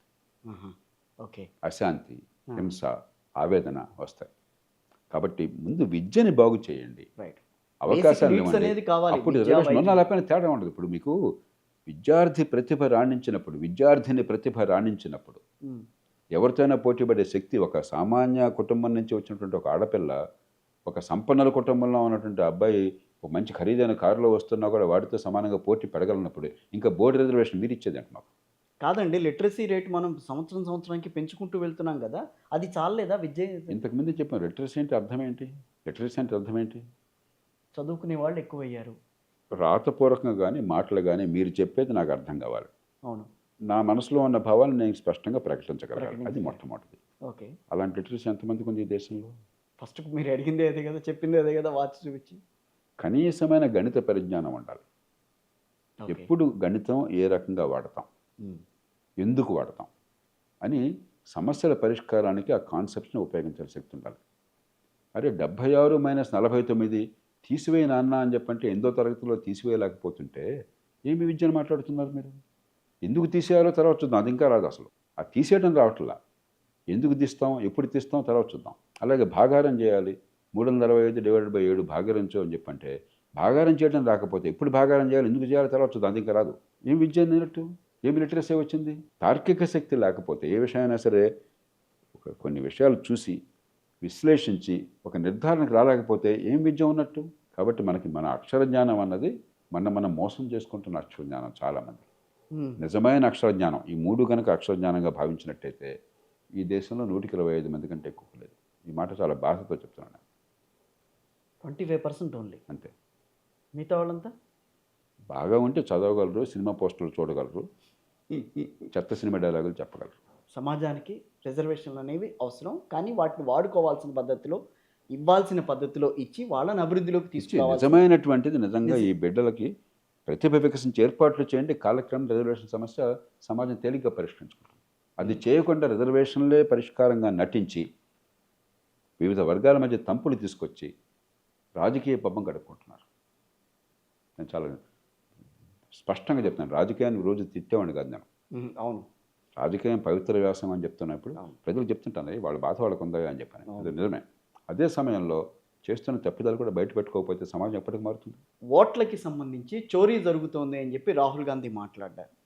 ఆ తర్వాత కొన్ని సందర్భాలు కూడా ఆయన చూపించటం, బీజేపీ మీద నిందమోయటం. ఈ మధ్య కాలంలో ఇప్పుడు ప్రస్తుతం జూబ్లీ హిల్స్ ఎన్నికలు జరుగుతున్నాయి, దీంట్లో కూడా ఓట్ చోరీ జరిగిందని చెప్పి ప్రతిపక్షాలు మాట్లాడడం. అసలు నిజంగా ఓట్ల చోరీ అనేది జరిగే అవకాశం ఎంతవరకు ఉంటుందని అంటారు? 3 విషయాలు మనకి అర్థం కాక ఎంత గందరగోళం చేసుకుంటున్నాం. పెద్ద మళ్ళీ రాజకీయం ఏం చేస్తున్నాం? వాస్తవాలు పరిష్కారంగా మనకు కావాల్సింది. ఒకళ్ళనొకడు తిట్టుకోవడం. అంతే. అవును. తూ తూ మేమే అని చెప్పండి సినిమాలో ఉన్నట్టు, అవును. టీవీ షోలో ఉన్నట్టు. ఓటర్ల జాబితాలో తప్పులు అన్నమాట వాస్తవం. ఇక మొట్టమొదటి బయట పెట్టింది ప్రజాస్వామ్య పీఠం. 1999లో ఆనాడు గ్రామీణ ప్రాంతాల్లో 10-12% పొరపాటు ఉండేవి. పొరపాటు అంటే ఉండవలసిన పేరు లేకపోవటము, తీసేయవలసిన పేరు తీసేయకపోవటము, రెండు కలిపి 10-12%. పట్టణ ప్రాంతాలు 45% దాకా పొరపాటు ఉన్నాయి. పట్టణాల్లో పక్కింటి వాళ్ళకి తెలియదు, అవును, పేరు రాయించుకుంటారు, వెళ్ళిపోతారు. అవును. ఎవరు దాని గురించి పట్టించుకోవాలి. అది 2004కి వచ్చేసరికి గ్రామ ప్రాంతాల్లో 12% వల్ల 5%కి తగ్గినాయి పొరపాటు. ఓకే. పట్టణాలు 45% వల్ల 10-12%కి తగ్గినాయి. 1% పొరపాటున కూడా దాన్ని పొరపాటు సరిదిద్దే ఏర్పాటు చేయాలి. కాబట్టి మొట్టమొదటి అర్థం చేసుకోవాల్సింది, పొరపాట్లు ఉన్నవి. ఇంత పెద్ద ప్రక్రియలో ప్రపంచంలో ఏ దేశంలో పొరపాట్లు దొరుకుతాయి. మన దేశంలో ఎంత అసమర్థ పాలన ఉందో మనకు తెలీదా? ఇప్పుడే అనుకున్నాం కదా, వాచ్ చూడడం తెలియని వాళ్ళు రేపు గవర్నమెంట్ ఉద్యోగం అయిన తర్వాత ఏమవుతుంది అక్కడ? మనకెంత అసమర్థత ఉందో, అవినీతి ఉందో, పరిపాలన యంత్రాంగంలో అలసత్వం ఉందో మనకు తెలీదా? కాబట్టి ఖచ్చితంగా జరుగుతాయి పొరపాట్లు సవరించాలి. 2, ఎవరు సవరించాలి? దీనికి ఏదో ఎన్నికల సంఘం అక్కడ 3 కూర్చున్నారు, వాళ్ళేదో త్రిమూర్తులు అక్కడ కూర్చున్న హామని మంత్రం వేస్తే సినిమాలాగా మొత్తం మారిపోతుంది అనుకుంటున్నాం. కాదు, ప్రభుత్వాలే కదా. ఇది పూర్తిగా రాష్ట్ర ప్రభుత్వాల చేతుల్లో ఉన్నది. ఎన్నికల నిర్వహణ వేరు. ఈ 2 నెలలు బీహార్లో ఎన్నిక జరుగుతుంది. బీహార్లో ఎన్నిక ఈ 2 నెలలు జరిగే తతంగం అంతా ఎన్నికల సంఘం చేతుల్లో ఉంది. 15 రోజులు 2 నెలలు. అవును. కానీ ఓటర్ల జాబితాలో మార్పులు చేర్పులు ఈ 2 నెలల్లో జరగవు. ఒకసారి అసలు ఎలక్షన్ నోటిఫై చేశాక ఓటర్ల జాబితాలో మార్పులు ఉండవు అసలు. మిగతా 10 నెలల కాలం, 4 ఏళ్ల 10 నెలల కాలం జరిగేది ఓటర్ల జాబితా ప్రక్రియ. ఎవరు చేస్తారు అది? మీ జిల్లా కలెక్టర్ ఆధీనంలో. చాలా జాగ్రత్తగా చెప్తాను, జిల్లా కలెక్టర్ని జిల్లా ఎన్నికల అధికారి అంటారు. చట్ట ప్రకారం ఆయన district election officer. District election ఆఫీసర్కి చట్టంలో చాలా పాత్ర ఉన్నది. అలాగే మహానగరాలు అయితే, హైదరాబాద్ లాంటి నగరాలు అయితే మున్సిపల్ కమిషనర్, ఆయన జిల్లా ఎన్నికల అధికారి. మామూలుగా అయితే జిల్లా కలెక్టర్ 100కి 90 సందర్భాల్లో, 95 సందర్భాల్లో. మహానగరాల్లో జిల్లా ఎన్నికల అధికారి ఆయనే. ఆయన ఆధ్వర్యంలో 300 మంది అధికారులు ఉంటారు. జిల్లా కలెక్టర్ అనుకోండి, ఆర్డీఓలు ఉంటారు. అవును. ప్రతి డివిజన్కి ఉంటారు. ఆర్డీఓ కింద పూర్వం తహసీల్దార్, ఇప్పుడు తహసీల్దార్ అంటున్నాం, MRO assistant electoral registration officer. అంటే మీ ఓటర్ల జాబితాకి పేరు పెట్టాలన్నా తీసేయాలన్నా వెళ్ళేది ఆయనకి వెళ్తుంది ముందు. ఆయన ఈ పేరు పెట్టాలా తీసేయాలా, కిషోర్ గారు అప్లికేషన్ పెట్టారు, కరెక్టా కాదని చెప్పడానికి కొన్ని పద్ధతి ఉన్నది. నోటీస్ బోర్డులో పెడతారు, వారం రోజులు టైం పెడతారు, తర్వాత ఎవరిని ఎంక్వైరీకి పంపిస్తారు. కిషోర్ గారు ఈ అప్లికేషన్ పెట్టాడు, ఆయన అక్కడ ఊళ్ళో ఉంటున్నాడా, మరి దీర్ఘకాల నివాసం ఉంటున్నాడా, ఓటర్కి అర్హుడా కాదా నిర్ణయించి ఆ నివేదిక వచ్చి అభ్యంతరాలు ఉన్నాయని చెప్పి రూల్స్ పెడతారు. అభ్యంతరాలు ఉంటే అభ్యంతరాలు కూడా వింటారు, విని నిర్ణయం చేస్తారు. అప్పుడు ఓటర్ల జాబితాలోకి ఆయన పేరు ఎక్కుతుంది. ఆయన పైన ఎలక్ట్రల్ రిజిస్ట్రేషన్ ఆఫీసర్ ఆర్డీఓ ఖరారు చేస్తారు. ఏమైనా పొరపాటు ఉంటే సరిదిద్దుతారు. అంతకుమించి వెళ్ళదు అసలు. జిల్లా కలెక్టర్కి కూడా ఈ పేర్లు రావు. జిల్లా కలెక్టర్ చాలా ఎక్కువ. జిల్లా కలెక్టర్ ఆధీనంలో జరుగుతుంది, ఆయన కింద జరుగుతుంది, ఆయన పర్యవేక్షిస్తారు. అంతే తప్ప ఏదో జాతీయ స్థాయిలో ఉన్న ప్రభుత్వం సంబంధమే లేదు అసలు. జాతీయ స్థాయిలో ఎన్నికల సంఘానికి వాళ్ళు ఏంటంటే ఈ రకమైన పద్ధతులు పాటించడం ఆదేశం ఇస్తారు అంతే. అంతకుమించి ఏం తెలియదు వాళ్ళకి ఏ సంబంధం లేదు. కోటి మంది యంత్రాంగం ఉంది భారతదేశంలో, ఎన్నికలు నడిపే యంత్రాంగం. కోటి మంది. అంతా కలిపితే కోటి మంది ఉంటారు వివిధ రూపాల్లో. ప్రతి పోలింగ్ బూత్కి బ్లాక్ లెవెల్ ఆఫీసర్ ఒకడు ఉంటాడు. ఎస్. ప్రతి పోలింగ్ బూత్కి మళ్ళీ పార్టీలకి మీ ఏజెంట్లు పెట్టమని కోరి వాళ్ళు ఏజెంట్లు పంపించవచ్చు. రికగ్నైజ్ పార్టీ, గుర్తింపు పొందిన పార్టీ. రైట్. ఈ పేరు ఏం చేస్తారని చెప్పి చూసే అధికారం ఉంది వాళ్ళకి. ఇంత వ్యవస్థ ఉంది. కాబట్టి ఇది జాతీయ స్థాయిలో జరిగేది కాదు. ఓకే. ఇది ఎన్నికల సంఘం చేతిలో ఉండేది కాదు. కాగితం మీద అక్కడ కనిపించినా కూడా ఎంత. ఇప్పుడు మీ జిల్లా కలెక్టర్ కానీ, మున్సిపల్ కమిషనర్ కానీ, ఆర్డీఓ కానీ, ఎంఆర్ఓ కానీ ఎవరు ఆధీనంలో పనిచేస్తున్నారు? ఎన్నికల సమయం 2 నెలల పాటులో కాదు, 4 ఏళ్ల 10 నెలల కాలం ఎవరు ఆధీనంలో పనిచేస్తున్నారు? రాష్ట్ర ప్రభుత్వం. రాష్ట్ర ప్రభుత్వం. కలెక్టర్ని పెట్టేది మీరు, తీసేసేది మీరు. ఆర్డీఓని పెట్టేది మీరు, తీసేసేది మీరు. ఎంఆర్ఓని పెట్టేది మీరు, తీసేసేది మీరు. మున్సిపల్ కమిషనర్ పెట్టేది మీరు, డిప్యూటీ కమిషనర్ పెట్టేది మీరు, తీసేసేది మీరు. ఓకే. ఇప్పుడు ఆరోపణ వచ్చినప్పుడు ఏ రాష్ట్రానికి వచ్చింది? కర్ణాటక. కర్ణాటకలో ప్రభుత్వం ఎవరి చేతుల్లో ఉంది? కాంగ్రెస్ పార్టీ. ఎవరు ఆరోపణ చేశారో వారి పేరు చేతుల్లో ఉంది. ఇది ఎంత చోద్యం ఇది? 3వ అంశం. రైట్. ఇందాక చెప్పాను, ఓటర్ల జాబితాలో పొరపాట్లు ఉన్నాయి, ఖచ్చితంగా సవరించాలి. ఆ పొరపాట్లు పెట్టిన వాడిని మొట్టమొదటి లోక్సభ. అవును. ఆంధ్రప్రదేశ్లో, కర్ణాటకలో, తమిళనాడులో, మహారాష్ట్రలో, వివిధ ప్రాంతాలు, కలకత్తాలో, ఈ 5 ప్రాంతాల్లో చేసి అన్ని చోట్ల కూడా సుమారుగా కాస్త అటు ఇటుగా ఈ తప్పులు ఉన్నాయి. కాబట్టి దీని మీద గట్టిగా దండెత్తి అప్పటి నుంచే ఓటర్ గుర్తింపు కార్డులు అందరికీ పంపిణీ అప్పటి నుంచి మొదలైంది. ఓకే. అప్పటిదాకా పైలట్ బేస్ మీద చేశారు. గట్టిగా మనం తీసుకొచ్చిన ఒత్తిడి వల్ల దేశవ్యాప్తంగా వచ్చినాయి. అప్పటి నుంచే పోలింగ్ ఓటర్ లిస్ట్ ఉంటుంది కదా, ఓటర్ లిస్టులో ఓటరు ఫోటో ఉంటుంది. ప్రపంచంలో ఏ దేశంలో నాకు తెలిసి ఓటర్ లిస్టులో ఓటర్ ఫోటో ఉండదు. ఇన్ని ఏర్పాట్లు జరిగినాయి. ఆ తర్వాత మళ్ళీ పోలింగ్ అనే రూల్ ఏర్పాట్లు ఉన్నాయి. 3వ అంశం, ఓటర్ల జాబితాలో పొరపాటునే సవరించాలి. ఒక్క తప్పున్నా కూడా తప్పును సవరించాలి. కానీ ఓటర్ల జాబితాలో పొరపాట్లు వేరు, ఓటు చౌర్యం వేరు. అది ఓటర్ల జాబితా పొరపాటు ఉందంటే దొంగ ఓట్లు పడుతున్నాయని కాదు అర్థం. పోలింగ్ ప్రక్రియలో చాలా పకడ్బందీ ఏర్పాట్లు ఉన్నాయి, పారదర్శకమైన ఏర్పాట్లు ఉన్నాయి. పార్టీలకి లేకపోతే అభ్యర్థులకి వాళ్ళ ఏజెంట్లు ప్రతి స్థాయిలో కూర్చున్న ఏర్పాట్లు ఉన్నాయి. ఓటేసేటప్పుడు మీరు గమనించుంటారు, అక్కడ పోలింగ్ ఏజెంట్లు కూర్చుంటారు. పోలింగ్ బూత్లో వాళ్ళు ప్రభుత్వం వాళ్ళు కాదు, ఎన్నికల సంఘం వాళ్ళు కాదు, పార్టీల వాళ్ళు. మీకు గుర్తింపుకు ఓటర్ గుర్తింపు కార్డు ప్రపంచంలో ఇప్పుడు అమెరికా లాంటి దేశంలో కూడా ఇప్పటిదాకా ఓటర్ గుర్తింపు కార్డు పెట్టలేకపోయినారు వాళ్ళు. ఓకే. మన గుర్తింపు కార్డులు ఉన్నాయి. కొన్ని ఓటర్ ఐడెంటిటీ కార్డు లేదంటే మరో కార్డు, రేషన్ కార్డు లేకపోతే ఆధార్ కార్డు, మరొకటి రకరకాల ఫోటో గుర్తింపు కార్డులు ఉన్నాయి. వాళ్ళు అక్కడ చూస్తారు, ఇక్కడ ఏజెంట్ చూసుకుంటారు, పోలింగ్ సిబ్బంది చూసుకుంటారు, పైన పర్యవేక్షిస్తారు. ఇన్ని ఏర్పాట్లు ఉండటం చేత దొంగ ఓటు దాదాపు లేదు. ఒకప్పుడు ఉండేది కొద్దిగా. ఒకప్పుడు ఏముండేదంటే బూత్ క్యాప్చరింగ్ ఉండేది, ఈ బ్యాలెట్ బాక్సులు ఉండేవి, బూత్ క్యాప్చరింగ్ అనేది జరిగేది. బాగా బలం ఉన్న చోట్ల చివరి గంటలో వచ్చేసి అటుగా ముద్దేసి పెట్టేసేవాడు. ఇప్పుడు అలా పెట్టడం కూడా సాధ్యం కాదు. ఈవీఎంలు వచ్చిన తర్వాత అది ఒకసారి మీరు నొక్కాక మళ్ళీ 20 సెకండ్లో ఎంత ఉంటుంది, అప్పుడు దాకా మళ్ళీ ఇంకో నొక్కినా వెళ్ళదు. వీవీప్యాట్ల విషయంలో చాలా గొడవ జరిగిందని చెప్పి ఆంధ్రప్రదేశ్లో ఇన్ని ఓట్లు రాలేదు అని చెప్పి మాట్లాడడం, ఇవన్నీ వస్తాయి కదా. ఇంతవరకు ఎక్కడా కూడా నిరూపించదగ్గ ఆధారంతో ఏమీ రాలా. ఊరికే ఏదో మనకి సోషల్ మీడియాలో రకరకాల మాట్లాడుకోవడం తప్ప. నేను ఓటు వేసినప్పుడు చూస్తున్నాను వీవీప్యాట్లో నేను ఏ గుర్తుకు వేసానో ఆ గుర్తు వస్తుందో లేదో వస్తుంది. ఇంతవరకు నేను ఎప్పుడు పొరపాటు చూడాలి. దానికి కూడా సుప్రీంకోర్టు ఆదేశాలు ఇచ్చింది. ర్యాండమ్ శాంప్లింగ్ బేసిస్ మీద ఇంత శాతాన్ని మీరు లెక్కించండి, ఎలక్ట్రానిక్ కౌంట్లో ఎంత ఉంది, ఈ కాగితం లెక్కడికి ఎంత వచ్చింది చూడండి అని చెప్పాను. కాబట్టి ఈ రకమైన ఆధారాలు లేవు. ఓటర్ల జాబితాలో తప్పులు ఉన్నమాట వాస్తవము. అది ఓటు చౌర్యం వేరు. ఎక్కడన్నా లాలూచి పడి, అక్కడ పార్టీల ఏజెంట్లు ఈ పార్టీ ఆ పార్టీ ఇద్దరు లాలూచి పడి, స్థానికమైన పరిస్థితుల వల్ల ఉద్యోగులు లాలూచి పడి లేకపోతే భయపడి ఒక 5-10 ఓట్లు పొరపాటు జరిగితే జరగచ్చు. అది ఇంత పెద్ద దేశంలో 100 కోట్ల మంది దాదాపుగా పోలింగ్ వెళ్తున్నప్పుడు అసలు ఎక్కడ ఏ తప్పు జరుగుతున్నాం. కానీ ఈ పొరపాట్లు వ్యవస్థీకృతమైనవి కావు. ఆ తప్పుల్ని సవరించే ఏర్పాటు ఉన్నది మీ చేతుల్లో ఉండదు. రైట్. మన దేశంలో ప్రజాస్వామ్యంలో లోపాలు పోలింగ్ బూత్లో లోపాలు కాదు, వేరే లోపాలు. ఓట్లకి డబ్బులు పంచుతున్నాం, అది నిజమైన లోపం. డబ్బులు ఇవ్వకపోతే మీకు ఓటేని కంకణం కట్టు కూర్చున్నాడు ఓటర్. డబ్బులు ఇవ్వకపోతే డబ్బులు ఇవ్వలేదు కాబట్టి ధర్నా చేస్తున్నాం అని చాలా గ్రామాల్లో వస్తుంది. మీరు పత్రికలు చూస్తున్నారు, మీరు టీవీ కెమెరాలు చూస్తున్నారు. అది నిజమైన సమస్య. అందుకే ఓటును అలా తయారు చేసాం మన దేశం. ఓటుకి ఇంకేం విలువ లేకపోయేసరికి డబ్బులు ఇవ్వకపోతే ఓటు లేదు కాబట్టి డబ్బులు ఇచ్చిన వాడు మాత్రమే ఓటు వేస్తాడు. వాడు ఇద్దరు డబ్బులు ఇస్తే వాళ్ళిద్దరి మధ్యగా ఓటు పడుతుంది, ఇంకా మిగతా వాడికి ఓటు లేదని చెప్పినది. రెండోది తాత్కాలికమైనటువంటి తాయిలాలతో వ్యక్తిగత సంక్షేమం దృష్టి పెట్టి నిజంగా ప్రభుత్వం చేయాల్సిన మౌలికమైనటువంటి కార్యక్రమాలన్నీ కూడా పక్కన పెట్టేశాం. ఆర్థిక వ్యవస్థ అల్లకల్లోలం అవుతుంది, పేదరికం కొనసాగుతుంది. పేదలు బేదలుగానే ఉంటున్నారు, ఏ పూట కాపోటు ఈ పూట తిండి మళ్ళీ మన్నాడు పరగడిపోతుంది.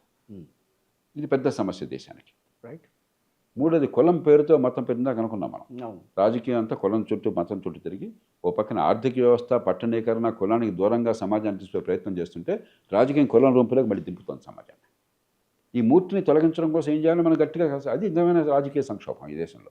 అంతేగాని పోలింగ్ బూత్లో ఎవరో దొంగ ఓట్లు వేయడం వల్ల ఫలితాలు మారిపోయినాయి కాబట్టి వ్యవస్థ అంతా మారిపోయింది. అరే పోటీ చేసేవాడు ఆడీలు అంటాడు ఈడీలు అంటాడే. వీళ్ళల్లో 180 మంది 5 ఏళ్ల క్రితం ఏ పార్టీలు ఉన్నారు, ఇవాళ ఏ పార్టీ ఉన్నారు దేవుడి కరుక. అంటే మనం ఏదో రాద్ధాంతం చేసి గొప్ప రాజకీయ ప్రక్రియను మారుస్తున్నాం నటన తప్ప దీనిలో వాస్తవం ఎక్కడుంది? ఈ గోండాలకు మీరే కదా సీట్లు ఇస్తుంది అన్ని పార్టీలు. వాళ్ళు డబ్బు సంచులు చూసి మొట్టమొదటి ప్రశ్న మీరు అడిగేది మీరే కదా, 30 కోట్లు ఖర్చు పెడతావా లేదా అని చెప్పని. ఖర్చు పెట్టినట్టే తమ్ముడు కిషోర్ ఇంకోసారి చూద్దాంలే వేదాంతం చూద్దాంలే ఎందుకు నా సంగతి పో అని చెప్తున్నాం కదా మనం. నిజమే కదా, తెలియదు ఈ సంగతి అందరికీ. తాత్కాలికమైన స్థాయిలో రాష్ట్రం లేకపోతే జాతీయ స్థాయిలో కాస్త క్రమశిక్షణ పాటిస్తున్నారు. చాలా రాష్ట్రాల్లో ఖజానా అడుగంటిందని మనందరికీ తెలుసు. తెలంగాణ రాష్ట్రాన్ని తీసుకోండి, కర్ణాటకని తీసుకోండి, ఆంధ్రప్రదేశ్ తీసుకోండి. మన ఎలక్షన్ జరిగే నాటికే రాష్ట్ర శాసనసభకి ఖజానా చాలా సంక్షోభంలో ఉన్నది, డబ్బులే అని తెలుసు. కానీ వీళ్ళు అధికారంలోకి వచ్చిన పార్టీలు ఈ 3 రాష్ట్రాల్లో ఉదాహరణకి మన దగ్గర ఉన్నాయి కాబట్టి 3 రాష్ట్రాలు మాట చెప్తున్నాను. ఇంకా అంతకంటే ఎక్కువగా తాత్కాలికమైనటువంటి తాయిలాలు ప్రకటించి వాటిని అమలు చేయడం చేత సంక్షోభం కూరుకుపోలా. తెలంగాణ ఏర్పడ్డప్పుడు దేశంలో అత్యంత సంపన్నమైన రాష్ట్రం. ఇవాళ కూడా తలసరి ఆదాయంలో దేశంలో అత్యధికమైనది. నిన్న కూడా పత్రికల్లో వచ్చింది, దేశంలో జిల్లాల్లో అత్యధికమైన తలసరి ఆదాయం అన్నది రంగారెడ్డి జిల్లా, దేశం మొత్తంలోనే నంబర్ 1 జిల్లా. మరి ప్రభుత్వ ఆర్థిక వ్యవస్థ సంక్షోభం, జలజీతం ఇవ్వడానికి కష్టంగా ఉంది. మీరు కదా చేసింది, ఈ పార్టీలు కదా చేసింది. నిజమైన సంక్షోభం మీ నుంచి వస్తుంది. నిజమైన సంక్షోభం భారతదేశం, ఈ మాట చాలా నిశ్చయంగా చెప్తాను. రాజకీయ నాయకులు నిజమైన సంక్షోభం పోలింగ్ బూత్లో లేదు ఈ దేశంలో. పోలింగ్ బూత్ వెనకాల ఉన్నది, రాజకీయం జరిగే తీరులో ఉన్నది. దాని మీద దృష్టి పెట్టకుండా, నిజమైన సంక్షోభం దృష్టి పెట్టకుండా మనం మల్లగులాలు పెట్టి డ్రామాలు ఆడుతున్నాం. ఇట్లా కొనసాగుతూనే ఉంటుందా ఇది? ఏది ఇలా కొనసాగదు. ప్రజలు మేలుకొన్నప్పుడు, విచక్షణ గల నాయకత్వం ఉన్నప్పుడు, పరిస్థితులు కొంచెం పక్వానికి వచ్చినప్పుడు మార్పులు వస్తాయి. చాలా మార్పులు వచ్చినాయి ఈ దేశంలో. ఒకప్పుడు లైసెన్స్ రాజ్యం తప్ప మీరు ఉత్పత్తి చేస్తానంటే కిషోర్ వాడు ఉత్పత్తి చేయడానికి వీల్లేదని చెప్పి ఆపేసేవాళ్ళు. ఇవాళ మారిపోలా. కాకపోతే దానికి ఒక సంక్షోభం రావాల్సి వచ్చింది, దేశం అట్టడికి వెళ్ళిపోయింది, నష్టపోయాం తీవ్రంగా. అంత నష్టపోయి మారుస్తామా, నష్టపోకుండా ముందు మేల్కొంటామా అనేది మన విజ్ఞత బట్టి ఆధారపడుతుంది. కాబట్టి ఎల్లకాలం చెడు పరిస్థితులు అలా కొనసాగకూడదు. రాజకీయం గురించి మాట్లాడుతున్నారు కాబట్టి ఒక్క వర్డ్ అడుగుతా. తెలంగాణలో నడుస్తున్న ప్రభుత్వం మీద మీ అభిప్రాయం? కావాలని సమస్యలు కొని తెచ్చుకున్నారు. ఆర్థికంగా ఎప్పటికే సంక్షోభం చాలా బలంగా ఉన్న రాష్ట్రంలో మరిన్ని సంక్షేమ పథకాలు ప్రవేశపెట్టి ఇప్పుడు ఇవాళ ముఖ్యమంత్రి గారు రోజు వాపోతున్నారు, నాకు డబ్బులే లేవు, నెలకు 18,000 కోట్ల రూపాయలు ఎంతో ఆదాయం వస్తుంది, 6,000 కోట్ల రూపాయలు జీతాలకు పోయాయి, 6,000 కోట్ల రూపాయలు వడ్డీలకు పోయాయి, 6,000 కోట్ల రూపాయలు ఉన్న పథకాలకు పోయాయి, నా దగ్గర పైసలు లేదు, ఇవాళ నేను చేయమంటారు అంటున్నాడు. అది వాస్తవమే. కానీ దీనికి కారణం మీరంతా. మీరు తెలిస్తే ఈ విషయం ఎప్పుడు తెలిసిందా? ముందు తెలియలా? తెలుసు, నాకు తెలిసే, మీకు తెలిసే. ఎలక్షన్ ముందు కూడా రాష్ట్ర ఆర్థిక పరిస్థితి ఎట్లా అవుతుందని చెప్పని తెలిసి అధికారమే పరమావధి, పవర్లోకి రావాలి కానీ ఎట్లయితే మనకేం కావాలా అని చెప్పి చేశారు. ఇవాళ కష్టపడుతున్నారు. కాబట్టి ఈ సంక్షోభం నుంచి బయటపడాలని చెప్పంటే జరిగిందో జరిగిపోయింది. జరిగిన దాని గురించి ఇప్పుడు మాట్లాడితే ప్రయోజనం లేదు. ఆర్థికంగా ఎదుగుతున్న రాష్ట్రాలు కాబట్టి ఖర్చుని ఇప్పటికైనా కొంచెం ఫ్రీజ్ చేయండి. రోజు మళ్ళీ కొత్త ఖర్చులు ప్రకటించేసి, కొత్త పథకాలు ప్రకటించేసి ఊబిలో కూరుకుపోకుండా కొంచెం ఖర్చును కనుక అదుపు చేసినట్టయితే ఆదాయం పెరుగుతూ ఉంటుంది. ఆర్థిక వ్యవస్థ పెరిగినప్పుడు ప్రభుత్వానికి ఆదాయం పెరుగుతూ ఉంటుంది. కాబట్టి ఖర్చు ఇట్లానే ఉండి ఆదాయం పెరుగుతుంటే కాలక్రమేణా బ్యాలెన్స్ అయిపోతుంది. అందుకనే కదా హామీలు ఇవ్వలేకపోతున్నాం, హామీలు అమలు చేయలేకపోతున్నాం వాళ్ళు చెప్పుకుంటున్నారు కదా. కానీ అయినా ఖర్చు దుబారా చేస్తున్నారే. ఎక్కడ మాట్లాడినా ప్రభుత్వం నుంచి వచ్చే మాటలు 10,000 కోట్లు, 50,000 కోట్లు, 1,00,000 కోట్ల లెవెల్లో తప్ప ఉంటాయి. 10,000 పైనే ఉంటాయి. కోట్లు కాదు, కోట్లు ఎప్పుడు దాటిపోయింది, 1,000 కోట్లు తప్ప. అరే ఉన్న డబ్బులు సర్దినప్పుడు ఉదాహరణకి విద్య ఉన్నది, విద్యకి 10,000 కోట్లు ఖర్చు పెడుతున్నాం, విద్య రావట్లా. ఎట్లా బాగు చేద్దాం విద్యను ఆలోచిస్తున్నారా? లేదు. ఇంకా 25,000 కోట్లు, 30,000 కోట్లు ఖర్చు మాట్లాడుతున్నారు. కాబట్టి రేపు అన్నది లేనట్టుగా చేస్తే పాత జమీందారులు చూసాం కదా మనం, కూర్చొని తింటుంటే కొండలు కూడా కరిగిపోతాయి. రేపు పొద్దున ఆదాయం పెంచే మార్గం ఏమిటి, Hmm. సంపద పెంచే మార్గం ఏమిటి, సంపద పెంచడం వల్ల పన్నులు పెంచే మార్గం ఏమిటి, Hmm. పొదుపుతనం ఎట్లా అని చెప్పి ఆలోచించకపోతే నష్టపోతారు. Hmm. కానీ ఒక మంచిది ఏమిటంటే, మరి కొన్ని రాష్ట్రాల్లో కొందరు మూర్ఖులు చేస్తున్నట్టు కాకుండా హైదరాబాద్ నగరం ఆర్థిక భవిష్యత్తును కాపాడుకుంటున్నారు. కనీసం పెట్టుబడులకు వ్యతిరేకమైన భావాన్ని ఇవ్వకుండా అనుకూలంగా ఉంటున్నారు, సంతోషం అది. కానీ ఒక సమస్య ఏంటంటే, ఇంతంత డబ్బులు ఖర్చు పెట్టిన తర్వాత ఆ డబ్బుల వల్ల ఫలితం ప్రజలకు దక్కకుండా ఉంటుంది. ఉదాహరణకి హైదరాబాద్ నగరానికి దేశంలో ఏ నగరానికి లేని రీతిలో కొన్ని వేల కోట్ల రూపాయలు ఖర్చు పెట్టి గోదావరి నుంచి కృష్ణ నుంచి నీటి తీసుకొస్తున్నాం. మంచిదే, కొన్ని వేల కోట్లు ఖర్చు అవుతుంది. అవును. వచ్చే నీళ్ళలో 150 పాళ్ళు మన ఇళ్ళకి రాకుండా మూసీలో కలిసిపోతాం. ఎవరు తప్పిది? ఎవరు డబ్బిది? ఈ ప్రజలకు మంచి నీళ్ళు అందకుండా నీళ్ళు మూసీలో కలిసిపోతుంటే ఎన్ని వేల కోట్లు ఖర్చు పెడుతుంటే ఎవరు ఖర్చు? ముఖ్యమంత్రి గారి జేబుల్లోంచి పోవట్లేదే, మన చేతుల్లోంచి మన జేబుల్లోంచి వెళ్తుంది. మనందరి పనులు డబ్బు పోతుంది. అట్లా 22,000 కోట్ల రూపాయలు మెట్రో కట్టిన తర్వాత ఏమయ్యా, ఫ్రీక్వెన్సీ పెంచండి, క్రిక్కిరిసి నడుస్తుంది, ట్రాఫిక్ అంతా కంజెషన్ ఉంది, దీన్ని మార్చండి అని చెప్పంటే 300 కోట్ల రూపాయలు డబ్బులు పెట్టలేక కోచ్లు అదనంగా పెట్టడం కోసమని, ట్రైన్లు పెట్టడం కోసమని మెట్రోని ఉపయోగించలేకపోతున్నాం పూర్తిగా. గుర్రపునాడ లేకుండా యుద్ధం పోతుంది మనకి ఇన్ని వేల కోట్లు ఖర్చు పెట్టిన తర్వాత. అలాగే ఆర్టీసీకి, మెట్రోకి, ఎంఎంటీఎస్కి మీకు సమన్వయం లేదు, లాస్ట్ మైల్ కనెక్టివిటీ లేదు. కాబట్టి ఇవన్నీ ఉన్నా కూడా మీరు నేను ఏం చేయాల్సి వస్తుంది, కారులోనూ స్కూటర్లోనూ వెళ్ళాల్సి వస్తుంది. అంతే, కరెక్ట్. గతి లేక రోడ్లు ఎలా ఉందో చూస్తున్నాగా మనం. బెంగళూరుతో మనం ఆర్థికాభివృద్ధిలో పోటీ పడదాం, ఉపాధి కల్పనలో పోటీ పడదాం, పెట్టుబడుల్లో పోటీ పడదాం, ట్రాఫిక్లో కాదు, నాశనం అవుతున్న ట్రాఫిక్లో పోటీ పడక్కల. మనం ట్రాఫిక్లో పోటీ పడుతున్నాం బెంగళూరుతో. అంటే ఉదాహరణ. అవును, అంతేలేండి, కరెక్టే, చేత వాస్తవం అది. ఇప్పటికైనా సరే ఉన్న అవకాశాలు సద్వినియోగం చేసుకుని కొంచెం పొదుపుతనాన్ని పాటించి అభివృద్ధికి పెద్దపీట వేస్తే తెలంగాణ సంపన్నమైనటువంటి రాష్ట్రం, మనం మంచి ఫలితాలు సాధించవచ్చు. మీలాంటి ఒక ఐఏఎస్ ఆఫీసర్ మీరు, రిజ్వీ గారు, ఇద్దరి మధ్య నలగలేక చాలా ఇబ్బందికర పరిస్థితుల్లో ఆయన రాజీనామా చేసి బయటకు వచ్చారు. నిజంగా అసలు అట్లాంటి రాజకీయ వాతావరణంలో వాళ్ళ మీద అంత ఒత్తిడి ఉంటుందా? అలాంటివి ఏమన్నా మీరు బయట పెట్టగలరా? పత్రికలో వచ్చిన వార్తల ప్రకారం ఈఆర్ఎస్ తీసుకునే హక్కు ఉద్యోగికి ఉన్నది. 20 ఏళ్ళు గడిచిన తర్వాత అనుకుంటాను ఆయన తీసుకున్నారు స్వచ్ఛందంగా. ఆయనకి పెన్షన్ వస్తుంది, మరి ఇంకా మిగతా రిటైర్మెంట్ ప్రయోజనాలు వస్తాయి. మరి వేరే ప్రైవేట్ రంగంలో మంచి ఉద్యోగం వచ్చింది, మంచి జీతపత్యాలు, ఆ హక్కు ఉన్నది. మార్కెట్లో మీకు కనుక డిమాండ్ ఉంటే, మీరంటే నమ్మకం ఉంటే మీకు మంచి జీతంతో తీసుకోవచ్చు. ఓకే, కాబట్టి వెళ్ళారని చెప్తున్నారు. అంచేత మనం అవి కేసులోకి వెళ్ళకూడదు మనం. ఓకే. 2, ఖచ్చితంగా మన రాజకీయం మంచి పరిపాలనలో జోక్యం చేసుకుని పరిపాలన చెడగొడుతున్న సందర్భాలు చాలా ఉన్నాయి, దానిలో అనుమానం లేదు. ఎందుకంటే రాజకీయంలో ఎప్పుడైతే 30-40 కోట్లు ఖర్చు పెట్టి ఎన్నికయ్యి నాకు మళ్ళీ డబ్బులు తిరిగి సంపాదించాలా, వచ్చే ఎలక్షన్ కోసం మళ్ళీ డబ్బులు కూడబెట్టాలా, నాకు కావలసిన వాళ్ళకి, నాకు ఓటేసిన వాళ్ళకి మరి ధర్మమైన అధర్మైన కూడా కొన్ని ప్రత్యేకంగా ప్రయోజనాలు కల్పించాలా, ఇలా ఉన్నప్పుడు మీరు ఒత్తిడి తీసుకొస్తారు. కాబట్టి మంచి నిజాయితీపరమైన అధికారులకి ఇప్పుడు కొత్తగా ఇది చాలా కాలం నుంచి సమస్య ఉన్నది. కానీ మంచి అధికారులు, సమర్థమైన అధికారులు పారదర్శకత ద్వారాను, ఈ పార్టీ ఆ పార్టీ తేడా లేకుండా నిరంతరం ఒకే పద్ధతి పాటించడం వలన, గతంలో వారికి ఉన్నటువంటి ప్రజల్లో ఉన్నటువంటి మంచి పేరు వలన వాళ్ళు తట్టుకోగలుగుతున్నారు చాలా మేరకు. కానీ రాజకీయంలో ఒక మంత్రి ఏం చెప్పినా కూడా అది రాజకీయ జోక్యం అనుకోవడం కూడా పొరపాటు. ఏం చెప్పినా రాజకీయ జోక్యం అనుకోవడం పొరపాటు. ప్రతిదాన్ని రాజకీయ జోక్యం అనుకోవడం చాలా పొరపాటు. ఓకే. ప్రభుత్వం అంటే ఎవరు? మంత్రి. ఎందుకని? మంత్రిని మాత్రమే మనం ఎన్నుకున్నాం, అంతే. లేకపోతే మనం ఎన్నుకున్న చట్టసభ నుంచి మంత్రి గారు వచ్చాడు. అవును. కాబట్టి ప్రజాప్రభుత్వం, ప్రజాస్వామ్య ప్రభుత్వం ఎన్నికైన వాళ్ళ ప్రభుత్వం. అవును. అధికార యంత్రాంగం ఎన్నికైన వాళ్ళ ప్రభుత్వం ఇచ్చిన ఆదేశాలని, చట్టబద్ధమైన ఆదేశాలని, విధానాలని సమర్థంగా, నిర్వర్తించాలి, నిష్పాక్షికంగా అమలు చేయాలి. అంతే తప్ప నిర్ణయాధికారం ప్రభుత్వానికి. కానీ ఇక్కడ రాజకీయ ఒత్తిళ్లు ఉంటున్నాయి కదా అనే బాధ. అందుకనే ఇప్పుడు ఏది రాజకీయ ఒత్తిడి, ఇప్పుడు రాజకీయ ఒత్తిడి చెప్పనగలం మనం. మీరు కనుక ప్రభుత్వ విధానాన్ని ఉల్లంఘించి, చట్టాన్ని ఉల్లంఘించి అక్రమంగా చేయమంటే రాజకీయ ఒత్తిడి అవుతుంది. అవును, అంతే కదా. 2, ప్రభుత్వ విధానాన్ని అమలు చేసేటప్పుడు పక్షపాతంతో వ్యవహరించండి, మావాడికి ఒక రకంగా కూడా ఇంకో రకంగా చూడండి అని చెప్పంటే రాజకీయ ఒత్తిడి అవుతుంది. చట్టం అందరికీ సమానంగా వర్తించాలి కాబట్టి ఒకసారి విధానం రూపొందించాక అందరికీ అంతే. ఈ కులం కాబట్టి వాడికి ఆపేయి, వాడు మా పార్టీ వాడు కాబట్టి వాడికి ఆపేసేయి, వాడు మావాడు కాబట్టి వాడికి ఇచ్చేసి అని చెప్పంటే అది చట్టవిరుద్ధం అవుతుంది. ఓకే, అది ఒత్తిడి అవుతుంది. ఓకే. కానీ చట్టబద్ధంగా ఒక ఆదేశం ఇస్తే అది ఒత్తిడి కాదు. అంచేత ఆ కేసుని బట్టి మనం చెప్పాలి, కానీ తెలియకుండా ప్రతి కేసు ఒత్తిడి అనకూడదు. కానీ మొత్తం మీద అనవసర రాజకీయ జోక్యం అన్నమాట వాస్తవము.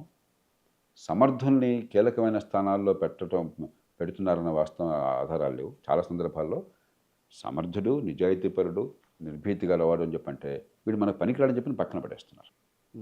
మన మాట వింటాడు, అసమర్థుడైన అవినీతిపరుడైనా కూడా అని చెప్పంటే వాడిని అందరూ అనిపిస్తున్నారు. అది మనకి సర్వైదు. దీనిలో కొత్త రహస్యం ఏం లేదు. ఎందుకంటే మార్కెట్లో అందరికీ తెలుసు ఎవడు నిజాయితీపరుడు, నిర్భీతిగా నిష్పక్షంగా ఉంటాడు, ఎవడు అవినీతిపరుడు, ఎవడు అసమర్థుడు అందరికీ తెలుసు. మన ఊరికే ముసలి గుద్దులాట ఆడుతున్నాం. ఎవరినైనా అడగండి ఉన్నతాధికారుల్లో ఎవరు అలాంటి వాడని చెప్పి నేను ఎవరిన నాకు తెలియకపోతే మీరు అంటున్నాడైతే ఒక క్షణంలో చెప్పేస్తాను. 195 సందర్భాలు అది వాస్తవం. కానీ కావాలని తెలిసి ఎందుకు పెడుతున్నారు మరి అవినీతిపరుల్ని, అసమర్థుల్ని? ఎన్నో సందర్భాల్లో సమర్థుల్ని ఎందుకు పక్కన పెడుతున్నారు మీరు? కులం కారణం పెట్టో మరో కారణం పెట్టో వాడు మాట విండని చెప్పని ఎందుకు పెడుతున్నారు? ఆ జోక్యం తప్పు. దాంతో ఏమవుతుంది? పరిపాలన కుంటుపడుతుంది, మంచి ఫలితాలను ఇవ్వలేకపోతున్నాం. రెండోది, ప్రతి 3 నెలలకో 6 నెలలకో సగటున ఉన్నతాధికారులకి మరి రాష్ట్రాల్లో చాలా రాష్ట్రాల్లో 9 నెలలు, 7 నెలలు, 6 నెలలు అలా పదవీ కాలం. ఎవరన్నా ప్రజలకు మంచి ఫలితాలు ఇవ్వాలంటే 2-3 ఏళ్ళు పనిచేయాలి. కరెక్ట్. విషయం అర్థం చేసుకోవాలి, సమర్థుల్ని సరైన వాళ్ళని పెట్టాలి, అర్థం చేసుకోవాలి, అర్థం చేసుకుని ఆ పరిస్థితికి అనుగుణంగా విధానాలు రూపొందించాలి, సరిగ్గా అమలు చేయాలి, పద్ధతులను అమలు చేయాలి. ఇవన్నీ ఊరికే ఇలా మ్యాజిక్ లాగా రాదు.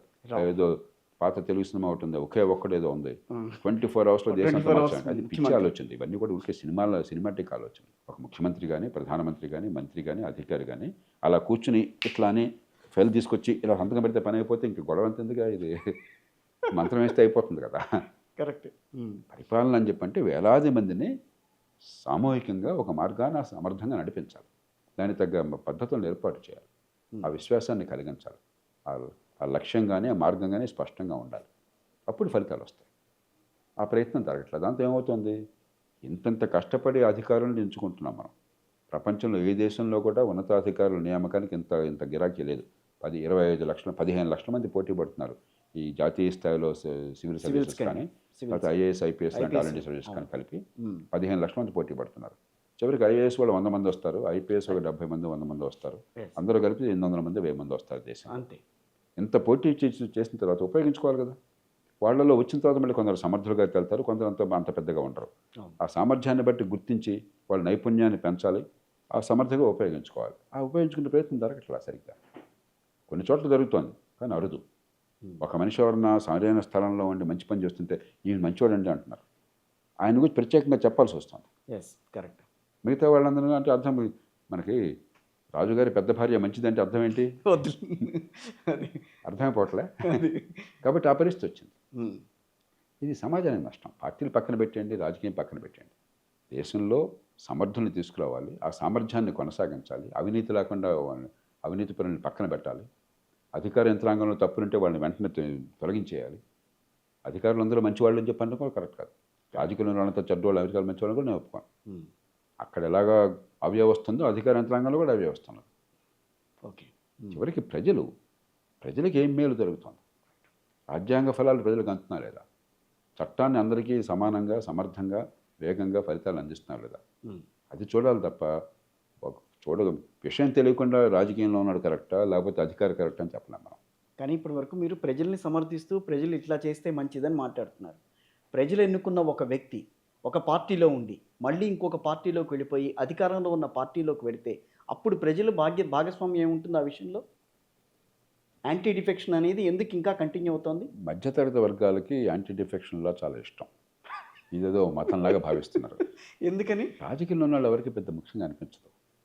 మనందరం కూడా ఆవేశపడ్డామే తప్పితే. అంతేనా? పోటీ చేసేవాళ్ళు, పోటీ పడేవాళ్ళు వీళ్ళే. ఏ పార్టీ తరఫున ప్రధాన పార్టీలకి పోటీ పడ్డా అటు ఇద్దరు ముగ్గురే ఉంటారు. అంత డబ్బు ఖర్చు పెట్టేవాళ్ళు, 10 మందిలో కలిసి పరపుతున్న వాళ్ళు, సరైన కులానికి చెందిన వాళ్ళు వీళ్ళే ఉంటారు. ఓకే. సందర్భాన్ని బట్టి వాడు ఇప్పుడు ఒక నియోజకవర్గంలో నాకు బలం ఉన్నది, మీరు నాకు పోటీదారు, మీకు ఒక పార్టీ స్థానం ఇచ్చింది, నాకు ఆ పార్టీలో స్థానం లేదు కదా, లేదు, అంతే కదా, ఇంకో పార్టీకి వెళ్ళిపోతాను. అవును. రేపు పొద్దున మీరు అటు వెళ్ళారు, నేను ఇటు వచ్చేస్తాను. ఓకే. మీరు అంత సీరియస్ తీసుకోకర్లా. అందుకని ఎలక్షన్ల ముందు ఎన్ని కుప్పగంతులు ఉంటాయి.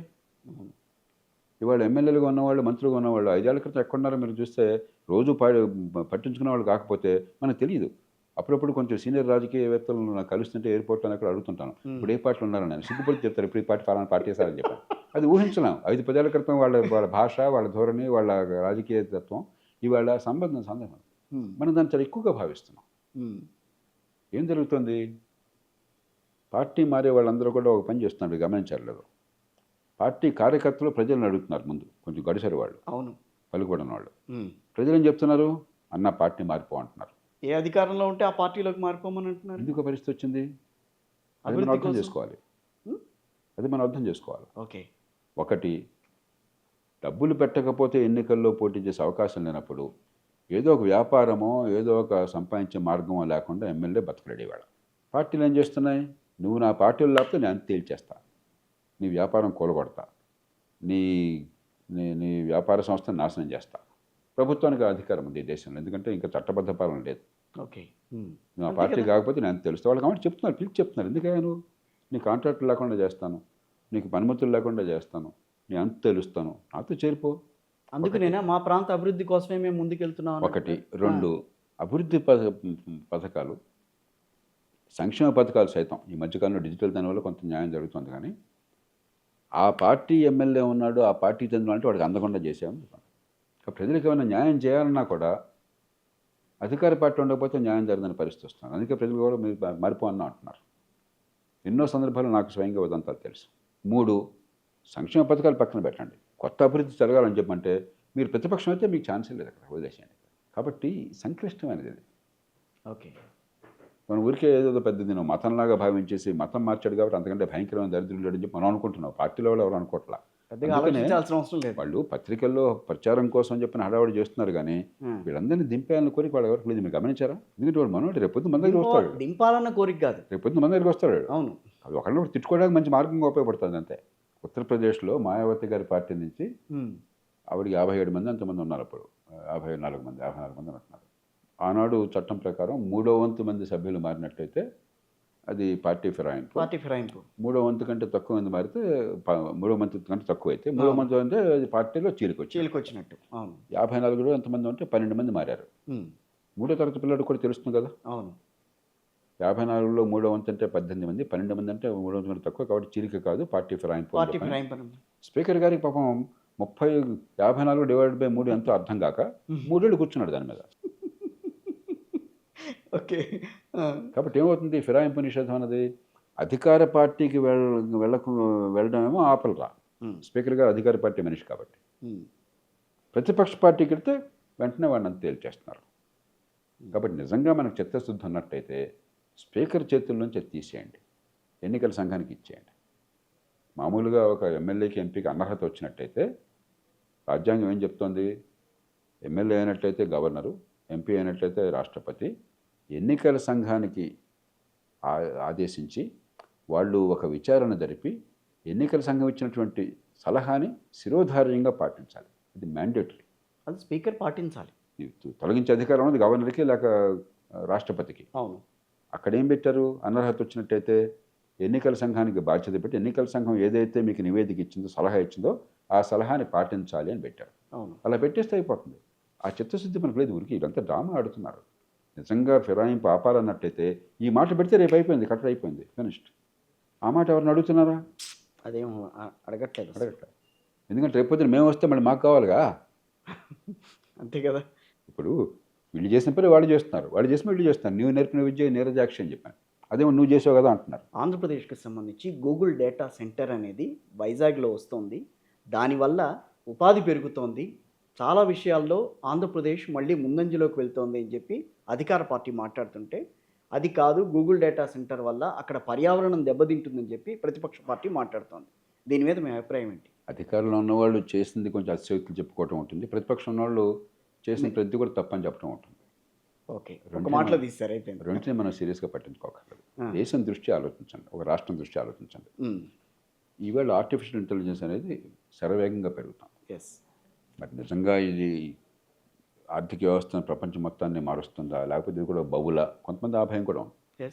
గీతా గోపీనాథ్ అని IMF భారతీయురాలు, ఆవిడ IMFలో ఎగ్జిక్యూటివ్ డైరెక్టర్గా ఉన్నారు. ఆమె రాయడం ఈ మధ్యకాలంలో ఇది ఒక బహుళలాగా ఉంది, ప్రమాదం ఉందని చెప్తుంటున్నారు.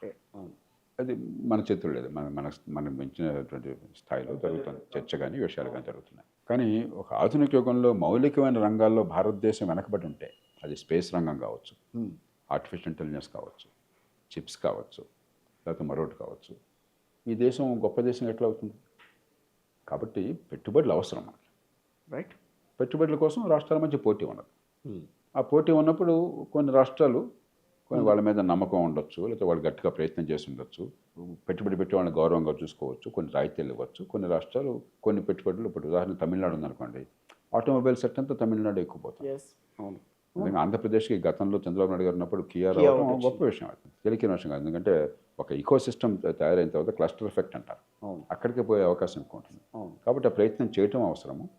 అంత మాత్రం చేత అద్భుతం జరుగుతుంది అనుకోకూడదు. ఎందుకంటే మన దేశంలో 185 మంది అసంఘటిత రంగానికి చెందిన కార్మికులు, రైట్. వ్యవసాయంలో కానీ ఇతర రంగాల్లో కానీ తక్కువ నైపుణ్యం ఉండి, నెల జీతం భరోసా లేకుండా ఉండి, అల్పాదాయం ఉన్నవాళ్ళు 185 మంది ఉన్నారు. ప్రపంచంలో ఏ పెద్ద దేశంలోనూ, ఏ G20 దేశంలోనూ ఈ పరిస్థితి లేదు. వాళ్ళందరినీ కూడా భాగస్వాములను చేసి వాళ్ళకు ఉపాధి కల్పించి, హైటెక్ రంగంలో రావు వాళ్ళకి గూగుల్ సెంటర్లో అలాంటి వాళ్ళకి అసాధ్యం. దానికి చాలా చాలా ఎడ్యుకేషనల్ స్కిల్స్ కావాలి. వాళ్ళకి లేబర్ ఇంటెన్సివ్ రంగంలో దుస్తులు తయారీ కావచ్చు, చర్మం వస్తువులు కావచ్చు, లేకపోతే మరో ఎలక్ట్రానిక్స్ గూడ్స్ తయారు చేయడం కావచ్చు, మరొకటి కావచ్చు. లోటెక్ రంగంలో, లేబర్ ఇంటెన్సివ్ రంగంలో పెద్ద పాత్ర కల్పించాలి, చిన్న పట్టణాలు పెరగాలి. అట్లాగే మంచి ప్రమాణాల విద్య అందరికీ అందాలి. ఇవాళ రోజుల్లో ఏ పని చేయాలన్నా, చిన్న పని చేయాలన్నా కూడా అసలు ఇందాక నేను చెప్పినట్టుగా 18 ఏళ్ల వయసులో మీకు గడియారం వచ్చేసి వాచ్ టైం చెప్పడం చేత కాకపోతే ఎందుకు పనికి వస్తాడు? డిగ్రీ కాగితం ఉంటే ఉపయోగం ఏముంది? సర్టిఫికెట్ ఉంటే ఉపయోగం ఏముంది? ఇంజనీరింగ్ డిగ్రీ ఉంటే ఉపయోగం ఏముంది? ఏమీ తెలియకపోతే ఆ నైపుణ్యం పెరగాలి, చిన్న పట్టణాలు పెరగాలి. ఈ పెద్ద పరిశ్రమలు, హైటెక్ పరిశ్రమలతో పాటు ఈ తక్కువ టెక్నాలజీ ఉన్నటువంటి పరిశ్రమలు పెద్ద ఎత్తున రావాలి. చైనా ఉంది. చైనా మనకంటే 4-5 రెట్లు ఎక్కువ జాతీయ ఆదాయం ఉన్నది, మన జనాభా ఉంది. వాళ్ళు జాతీయ ఆదాయం పెరుగుతున్న కొద్ది ఏమవుతుంది, మీరు వాల్యూ ఎడిషన్ పెరుగుతుంది. అంటే కొంచెం హైటెక్ రంగంలోకి వెళ్తారు ఇప్పుడు కూడా. ఓకే. ఇప్పుడు ఒక పేద దేశం లేబర్ ఇంటెన్సివ్ పనులు చేస్తుంది, డబ్బున్న దేశం ఆ పనులు చేస్తే మీద ఉపయోగం ఉండదు. వేజ్ చాలా ఎక్కువ అవుతుంది. అయినా కూడా చైనా $325 బిలియన్ దుస్తుల్ని తయారు చేస్తుంది, అమ్ముతుంది అంతర్జాతీయ మార్కెట్లో. భారతదేశం 35-40 మధ్య ఉన్నాం మనం. చైనాలో 4వ వంతు మనకి ఆర్థిక వ్యవస్థ ఉన్నప్పుడు, చైనా అంతా ప్రతిని మనం ఉత్పత్తి చేస్తున్నప్పుడు, ఈ దేశంలో కోట్లాది మందికి అసంఘటితంగా ఉన్న వాళ్ళకి చిన్న చిన్న ఉద్యోగాలు అవసరం ఉన్నప్పుడు ఎందుకు ఫెయిల్ అయినా మనం? లేబర్ లాసు దీనికి అనుకూలంగా లేవు, ల్యాండ్ విషయాలు అనుకూలంగా లేవు, ప్రభుత్వాలు చిన్న చిన్న విషయాల్లో ప్రోత్సాహం ఇవ్వటం లేదు. కాబట్టి అది కావాలి, ఇది కావాలి. రైట్. భారతదేశం అంత పెద్ద దేశం, గుండె సూది దగ్గర నుంచి ఏరోప్లేన్ దాకా తయారు చేయగలగాలి, ఎక్కడ వీలుంటే అక్కడ.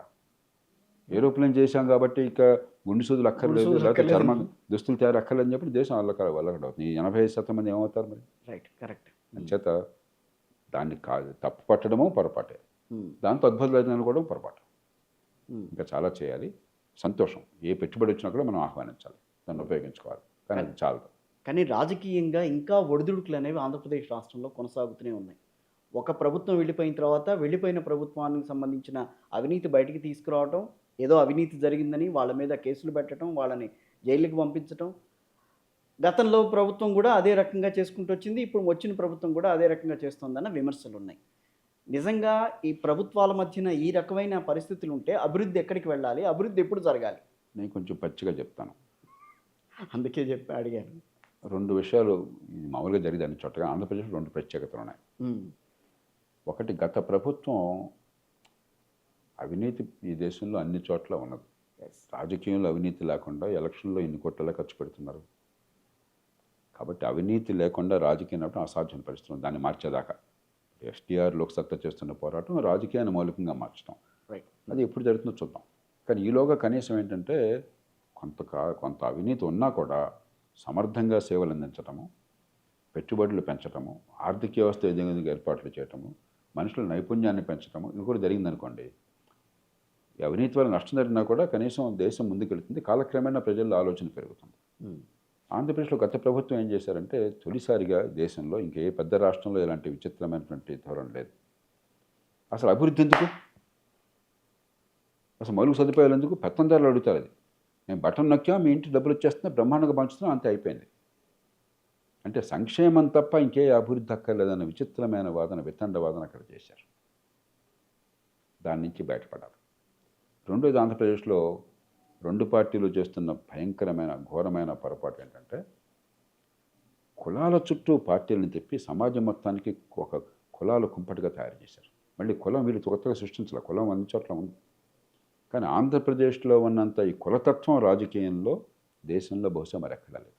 మీకు ఒక పక్కన ఆర్థిక వ్యవస్థ, పట్టణీకరణ, ప్రపంచమంతా ఉన్నటువంటి ఈ టెక్నాలజీ 24 hour కమ్యూనికేషన్ ఏమో కులానికి దూరంగా మనం తీసుకుపోతుంది. మన బతుకులు కావాలా, మన పిల్లల బతుకులు కావాలా, మన పక్కోడు ఏ కులం అయినా కాదు, ఆయనతో నాకు సఖ్యత ఉంటే నాకు మంచిగా లేదు, ఇది చూసుకుంటున్నాం. రాజకీయం మాత్రం కులం ఊపిలోకి తిప్పేస్తాం. ఆంధ్రప్రదేశ్లో మరింత ఎక్కువగా తిప్పుతుంది. అందుకని నాకు ప్రయోజనం ఏమిటి, సమాజానికి ప్రయోజనం అంటే చోట్ల నా కులం ఏంటి, ఆడి కులం ఏంటి. కులం వేరైతే వాడు ఏం చెప్పినా నేను ఒప్పుకోను, వాడిని బండబూతులు తిడతాను. కులం నాదైనట్లయితే వాడు ఏం చెప్పినా నేను ఒప్పుకుంటాను. వాడు ఎంత దారుణం చేసినా కూడా నా వాడికి వాటేసుకుంటాను. చివరికి నష్టపోయేది సామాన్య ప్రజలు. ఈ కులం అనే జంజాటంలోకి సామాన్యులు దింపుతారు. కులం వల్ల లాభపడేవాడు కేవలం 100 మంది ఉంటారు. ఎన్నికల్లో పోటీ చేసేవాడు కులం పేరుతో, లేకపోతే ఆ కులం పేరుతో కాంట్రాక్ట్ మరొకటి పొందేవాడు అన్యాయంగా, లేకపోతే కులం పేరుతో అర్హత లేకపోయినా కూడా కొన్ని పదవులు పొందేవాడు. వీళ్ళకి కులం అవసరం. మిగతా వాళ్ళందరికీ ఆ కులాల వాళ్ళకు కూడా ఉపయోగం లేదు. కులమైన పూనకం వచ్చేసి హడావుడి చేయటం తప్ప వాళ్ళకి లాభం లేదు. కాబట్టి ఈ రెంటిని మార్చకపోయినట్లయితే ఒకప్పుడు ఆంధ్రప్రదేశ్ సమాజం చాలా ఉన్నతమైన సమాజం. స్వతంత్రం వచ్చిన తొలి రోజుల్లో రేషనల్ సమాజం, తార్కిక దృక్పథం ఉండేది, హేతుబద్ధమైన ఆలోచనలు ఉండేవి. ఇంటి పేరు పెట్టుకునేవాళ్ళు కాదు, కులం సూచిస్తుందని. నేను ఇంటి పేరు వాడను, ఆ సాంప్రదాయం నుంచి వచ్చిన వాడిని. నా పేరు జయప్రకాష్ నారాయణ ఉంటుంది అక్కడ అధికారులు, పాస్పోర్ట్తో సహా. ఇంటర్నేషనల్ ట్రావెల్లో మీరు సర్నేమ్ అడుగుతాడు, నాకేమవుతుంది, సర్నేమ్ లేదు కదా, ఏం చేయాలంటే మళ్ళీ ఆ పేరు పెట్టినట్టే నా జయప్రకాష్ నారాయణ ఉంటుంది, సర్నేమ్ లేదు కాబట్టి. ఇది ఆంధ్రప్రదేశ్ సాంప్రదాయం 50 ఏళ్ల క్రితం, 60 ఏళ్ల క్రితం. అలాంటి రాష్ట్రంలో ఈవేళ కులాల చిచ్చు తీసుకొచ్చి కులం స్పృహను పెంచి కాలేజీ పిల్లల దగ్గర నుంచి, స్కూల్ పిల్లల దగ్గర నుంచి నీ కులం ఏంటి, నా కులం ఏంటి నా స్థాయికి తీసుకురావడం అనేది సమాజానికి చాలా ఖేదకరం. దానికి బాధ్యులు రాజకీయాన్ని పూర్తిగా నిందిస్తాను. నేను చెప్పాను కదా, ఆర్థిక వ్యవస్థ, పట్టణీకరణ, ఆధునిక టెక్నాలజీ ఇవన్నీనేమో కులానికి దూరంగా తీసుకుపోతున్నాయి. రాజకీయం కులం ఊపిలోకి తింపేస్తుంది. కానీ అక్కడ ప్రజలు కూడా అదే కావాలని కోరుకుంటున్నారేమో. కులం పరంగా పార్టీలు ప్రజలు అన్ని రాష్ట్రాల్లో ఒకే తీరును ఉంటారు. ప్రజలు అన్ని రాష్ట్రాల్లో ఒకే తీరును ఉంటారు. ఓకే, మరి కొన్ని రాష్ట్రాల్లో ఎందుకు ఎక్కువ ఉంది? 2 మాట వరుసగా వాదన కోసం ఒప్పుకుందాం. ఏం చేస్తారు? ప్రజలందరూ, ఆంధ్రప్రదేశ్ ప్రజలందరినీ ఎగుమతి చేస్తారా? మీరు ఆఫ్రికాకి పంపిస్తారా? అక్కడి నుంచి కొత్త వాళ్ళని తీసుకొస్తారా? మన ప్రజలు వీళ్ళు. ప్రజల నాయకత్వం బాధ్యత ఎవరిది? మార్గం చూపెట్టే బాధ్యత ఎవరిది? కాబట్టి ప్రజాస్వామ్యంలో జనం డబ్బులు తీసుకుంటున్నారు అని జనం చెప్తే డబ్బులు మీరు ఇస్తున్నారు. డబ్బు లేకపోతే ఏమి ఇంకే ఉపయోగమైనది అలాగే ఏం ఎవరు గెలిచినా ఒకటి పరిస్థితి తీసుకొచ్చారు. చచ్చినోడి పిల్లకి వచ్చిందే కట్టడం అని రాగానే డబ్బులు తీసుకుంటున్నాడు. ఆ చచ్చినోడికి పిల్లకి వచ్చిందే కట్టడం చేసింది మీరు. రాజకీయం డబ్బులు మయంగా చేసింది మీరు. ఎవరు నష్టపోతున్నారో వాళ్ళని తిట్టేసి మీరు బాధ్యత అని చెప్పంటే ఎంతకంటే గడుస్తూనే ఉందా? ఒక ఆడపిల్లని రోడ్డు మీద పోతుంటే అత్యాచారం జరిగిందనుకోండి, ఆడపిల్ల బాధ్యులు నష్టపోతుంది ఎవరు? ఇది దుష్పరిపాలన నష్టపోతుంది ఎవరు? ఈ బేదలు, సామాన్యులు. కాబట్టి ప్రజలు తప్పు ఉందని చెప్పన్నది నిరర్థకమైన వాదన ప్రజాస్వామ్యంలో. ఎలా మార్గాన్ని మార్చాలి, ఎలా పద్ధతుల్ని మార్చాలి, ఎలా ప్రజల్లో ఆలోచన పెంచాలి. ఒకప్పుడు కులాలుగా, మతాలుగా ముక్కలైన దేశంలో ఆనాటి నాయకత్వం ఏం చేసింది? స్వతంత్ర పోరాటంలో కులానికి అత్యధికంగా జాతిని గురించి ఆలోచింపు చేసింది. కాబట్టి ఈమె కూర్చున్నాం మనం. అలాంటి నాయకత్వాన్ని ఇచ్చి ప్రజల్ని ప్రేరేపించాలన్నా ప్రజల్లో కులతత్వం ఉంది, మరో తత్వం ఉంది కాబట్టి ఇది ఇంతే అని చెప్పని ఉంటే మీరు ఎందుకైతే ఇంటికి కూర్చో. ఎన్నికలు ఎవడు పోటీ చేయమన్నాడు నేను? అధికారిని ఎవడు కూర్చోమన్నాడు నేను? అంత అనర్హుడు అయితే, అంత పనికిమాలిన వాడైతే. నాయకత్వం అంటే ప్రజలు నడిపించాలి. కాబట్టి ప్రజల తప్పు అనేది చాలా చాలా పొరపాటు వాదన, నిరర్థకమైన వాదన, ప్రమాదకరమైన వాదన, చూడడానికి అందమైన వాదన, కానీ అందమైనది కాదు. అది తప్పించుకునే వాదన. నాకు బాధ్యత లేదు, ప్రజలకు తప్పు కదా, నేనేం చేయక్కర్లేదు. కాబట్టి నేను దాన్ని ఏనాడో అంగీకరించను. ప్రజల్లో ఒక విశ్వాసం కలగజేయాలి ప్రభుత్వాలు అని అంటే ఖచ్చితంగా కలగజేసే ప్రయత్నం జరగట్లేదు కదా ఎక్కడా కూడా. ఎవరి బాధ్యత అది? నాయకత్వం బాధ్యత. అంటే ఏ నాయకత్వం? రాజకీయ నాయకత్వం ప్రధానంగా. అన్ని వర్గాల్లో నాయకత్వం బాధ్యత ఉన్నది. మీడియాలో ఉన్నది, మధ్యతరగతిలో ఉంది, మేధా సంపత్తి ఉన్న వాళ్ళలో ఉంది, అధికార యంత్రాంగంలో ఉంది, వ్యాపారంలో ఉంది. కానీ ప్రధానమైన బాధ్యత రాజకీయ నాయకత్వం. కానీ అతిపెద్ద ప్రజాస్వామ్య దేశం, అతిపెద్ద రాజకీయ వ్యవస్థ ఉన్న దేశంలో దాన్ని మనం తప్పు పట్టడం అనేది తప్పు కాదా? నేను తప్పడం? రాజకీయ వ్యవస్థని తప్పు పట్టుతున్నాం. ప్రజాస్వామ్య వ్యవస్థలో రాజకీయం అనేది ఇంపార్టెంట్ కదా. దేశాన్ని, రాజకీయాన్ని నేను ఎప్పుడు నా జీవితంలో ఎప్పుడు నిందించలా. రాజకీయం పవిత్ర వ్యాసంగం అనేది నేను పేటెంట్ చేశాను. బహుశా స్వతంత్ర భారతంలో ఈ పదం వాడినవాడు ఎవరు లేరు. రాజకీయం పవిత్ర, పాలిటిక్స్ ఇస్ నోబెల్ ఎండెవర్. ఎస్. నా నోటి నుంచి ఏనాడు రాజకీయాలు రాలేదు. తిరుగుతూ రాలా. కానీ కానీ రాజకీయాన్ని తిట్టకూడదు అని చెప్పంటే, రాజకీయంలో చేసిన దుర్మార్గాన్ని తిట్టకూడదు, దుర్మార్గాన్ని చూపెట్టకూడదు, పరిష్కారం చూపెట్టకూడదు అంటే మనం మూర్ఖులం అవుతాం. న్యాయ వ్యవస్థ ఉంది, న్యాయ వ్యవస్థ స్వతంత్ర ప్రతిపత్తిని గౌరవిస్తాం. ఎస్. కానీ న్యాయ వ్యవస్థ తప్పులుంటే దానికి జంట కడతాం మార్పు కోసం అని చెప్పాను. మార్పు ఎట్లా వస్తుంది మరి? సహేతుకమైన విమర్శ, నిర్మాణాత్మకమైన విమర్శ, పరిష్కారాన్ని చూపే విమర్శ. నేను ఏనాడు కూడా పరిష్కారం చూపెట్టుకున్న విమర్శ చేయాలి జీవితంలో. ఒక్కసారి కూడా చెప్పానండి ఎవరన్నా. కాబట్టి రాజకీయంలో తప్పు అంటే తప్పు.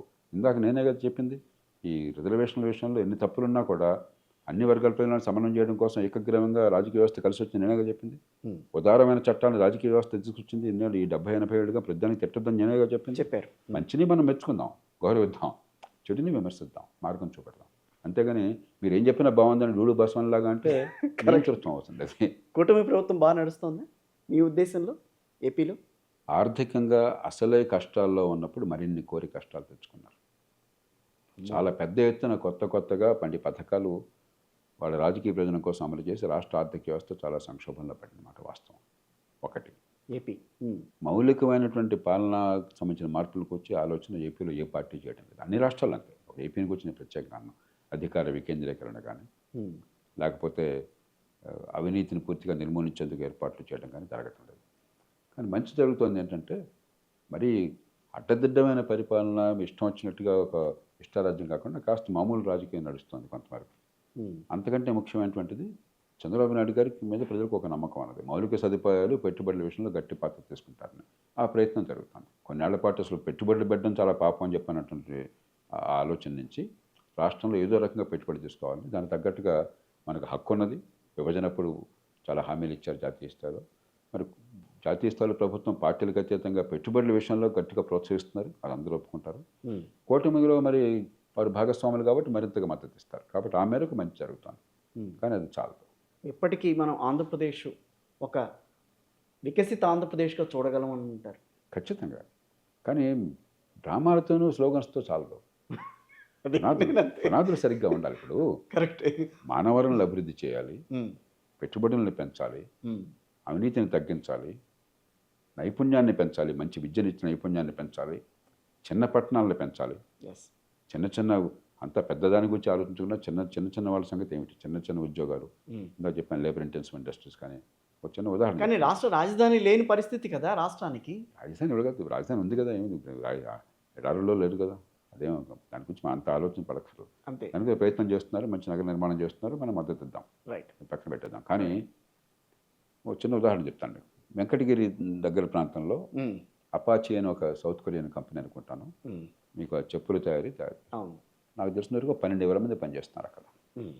మరి ఎవరు వీళ్ళంతా కూడా అల్పాదాయ వర్గాలు, తక్కువ నైపుణ్యం ఉన్నవాడు.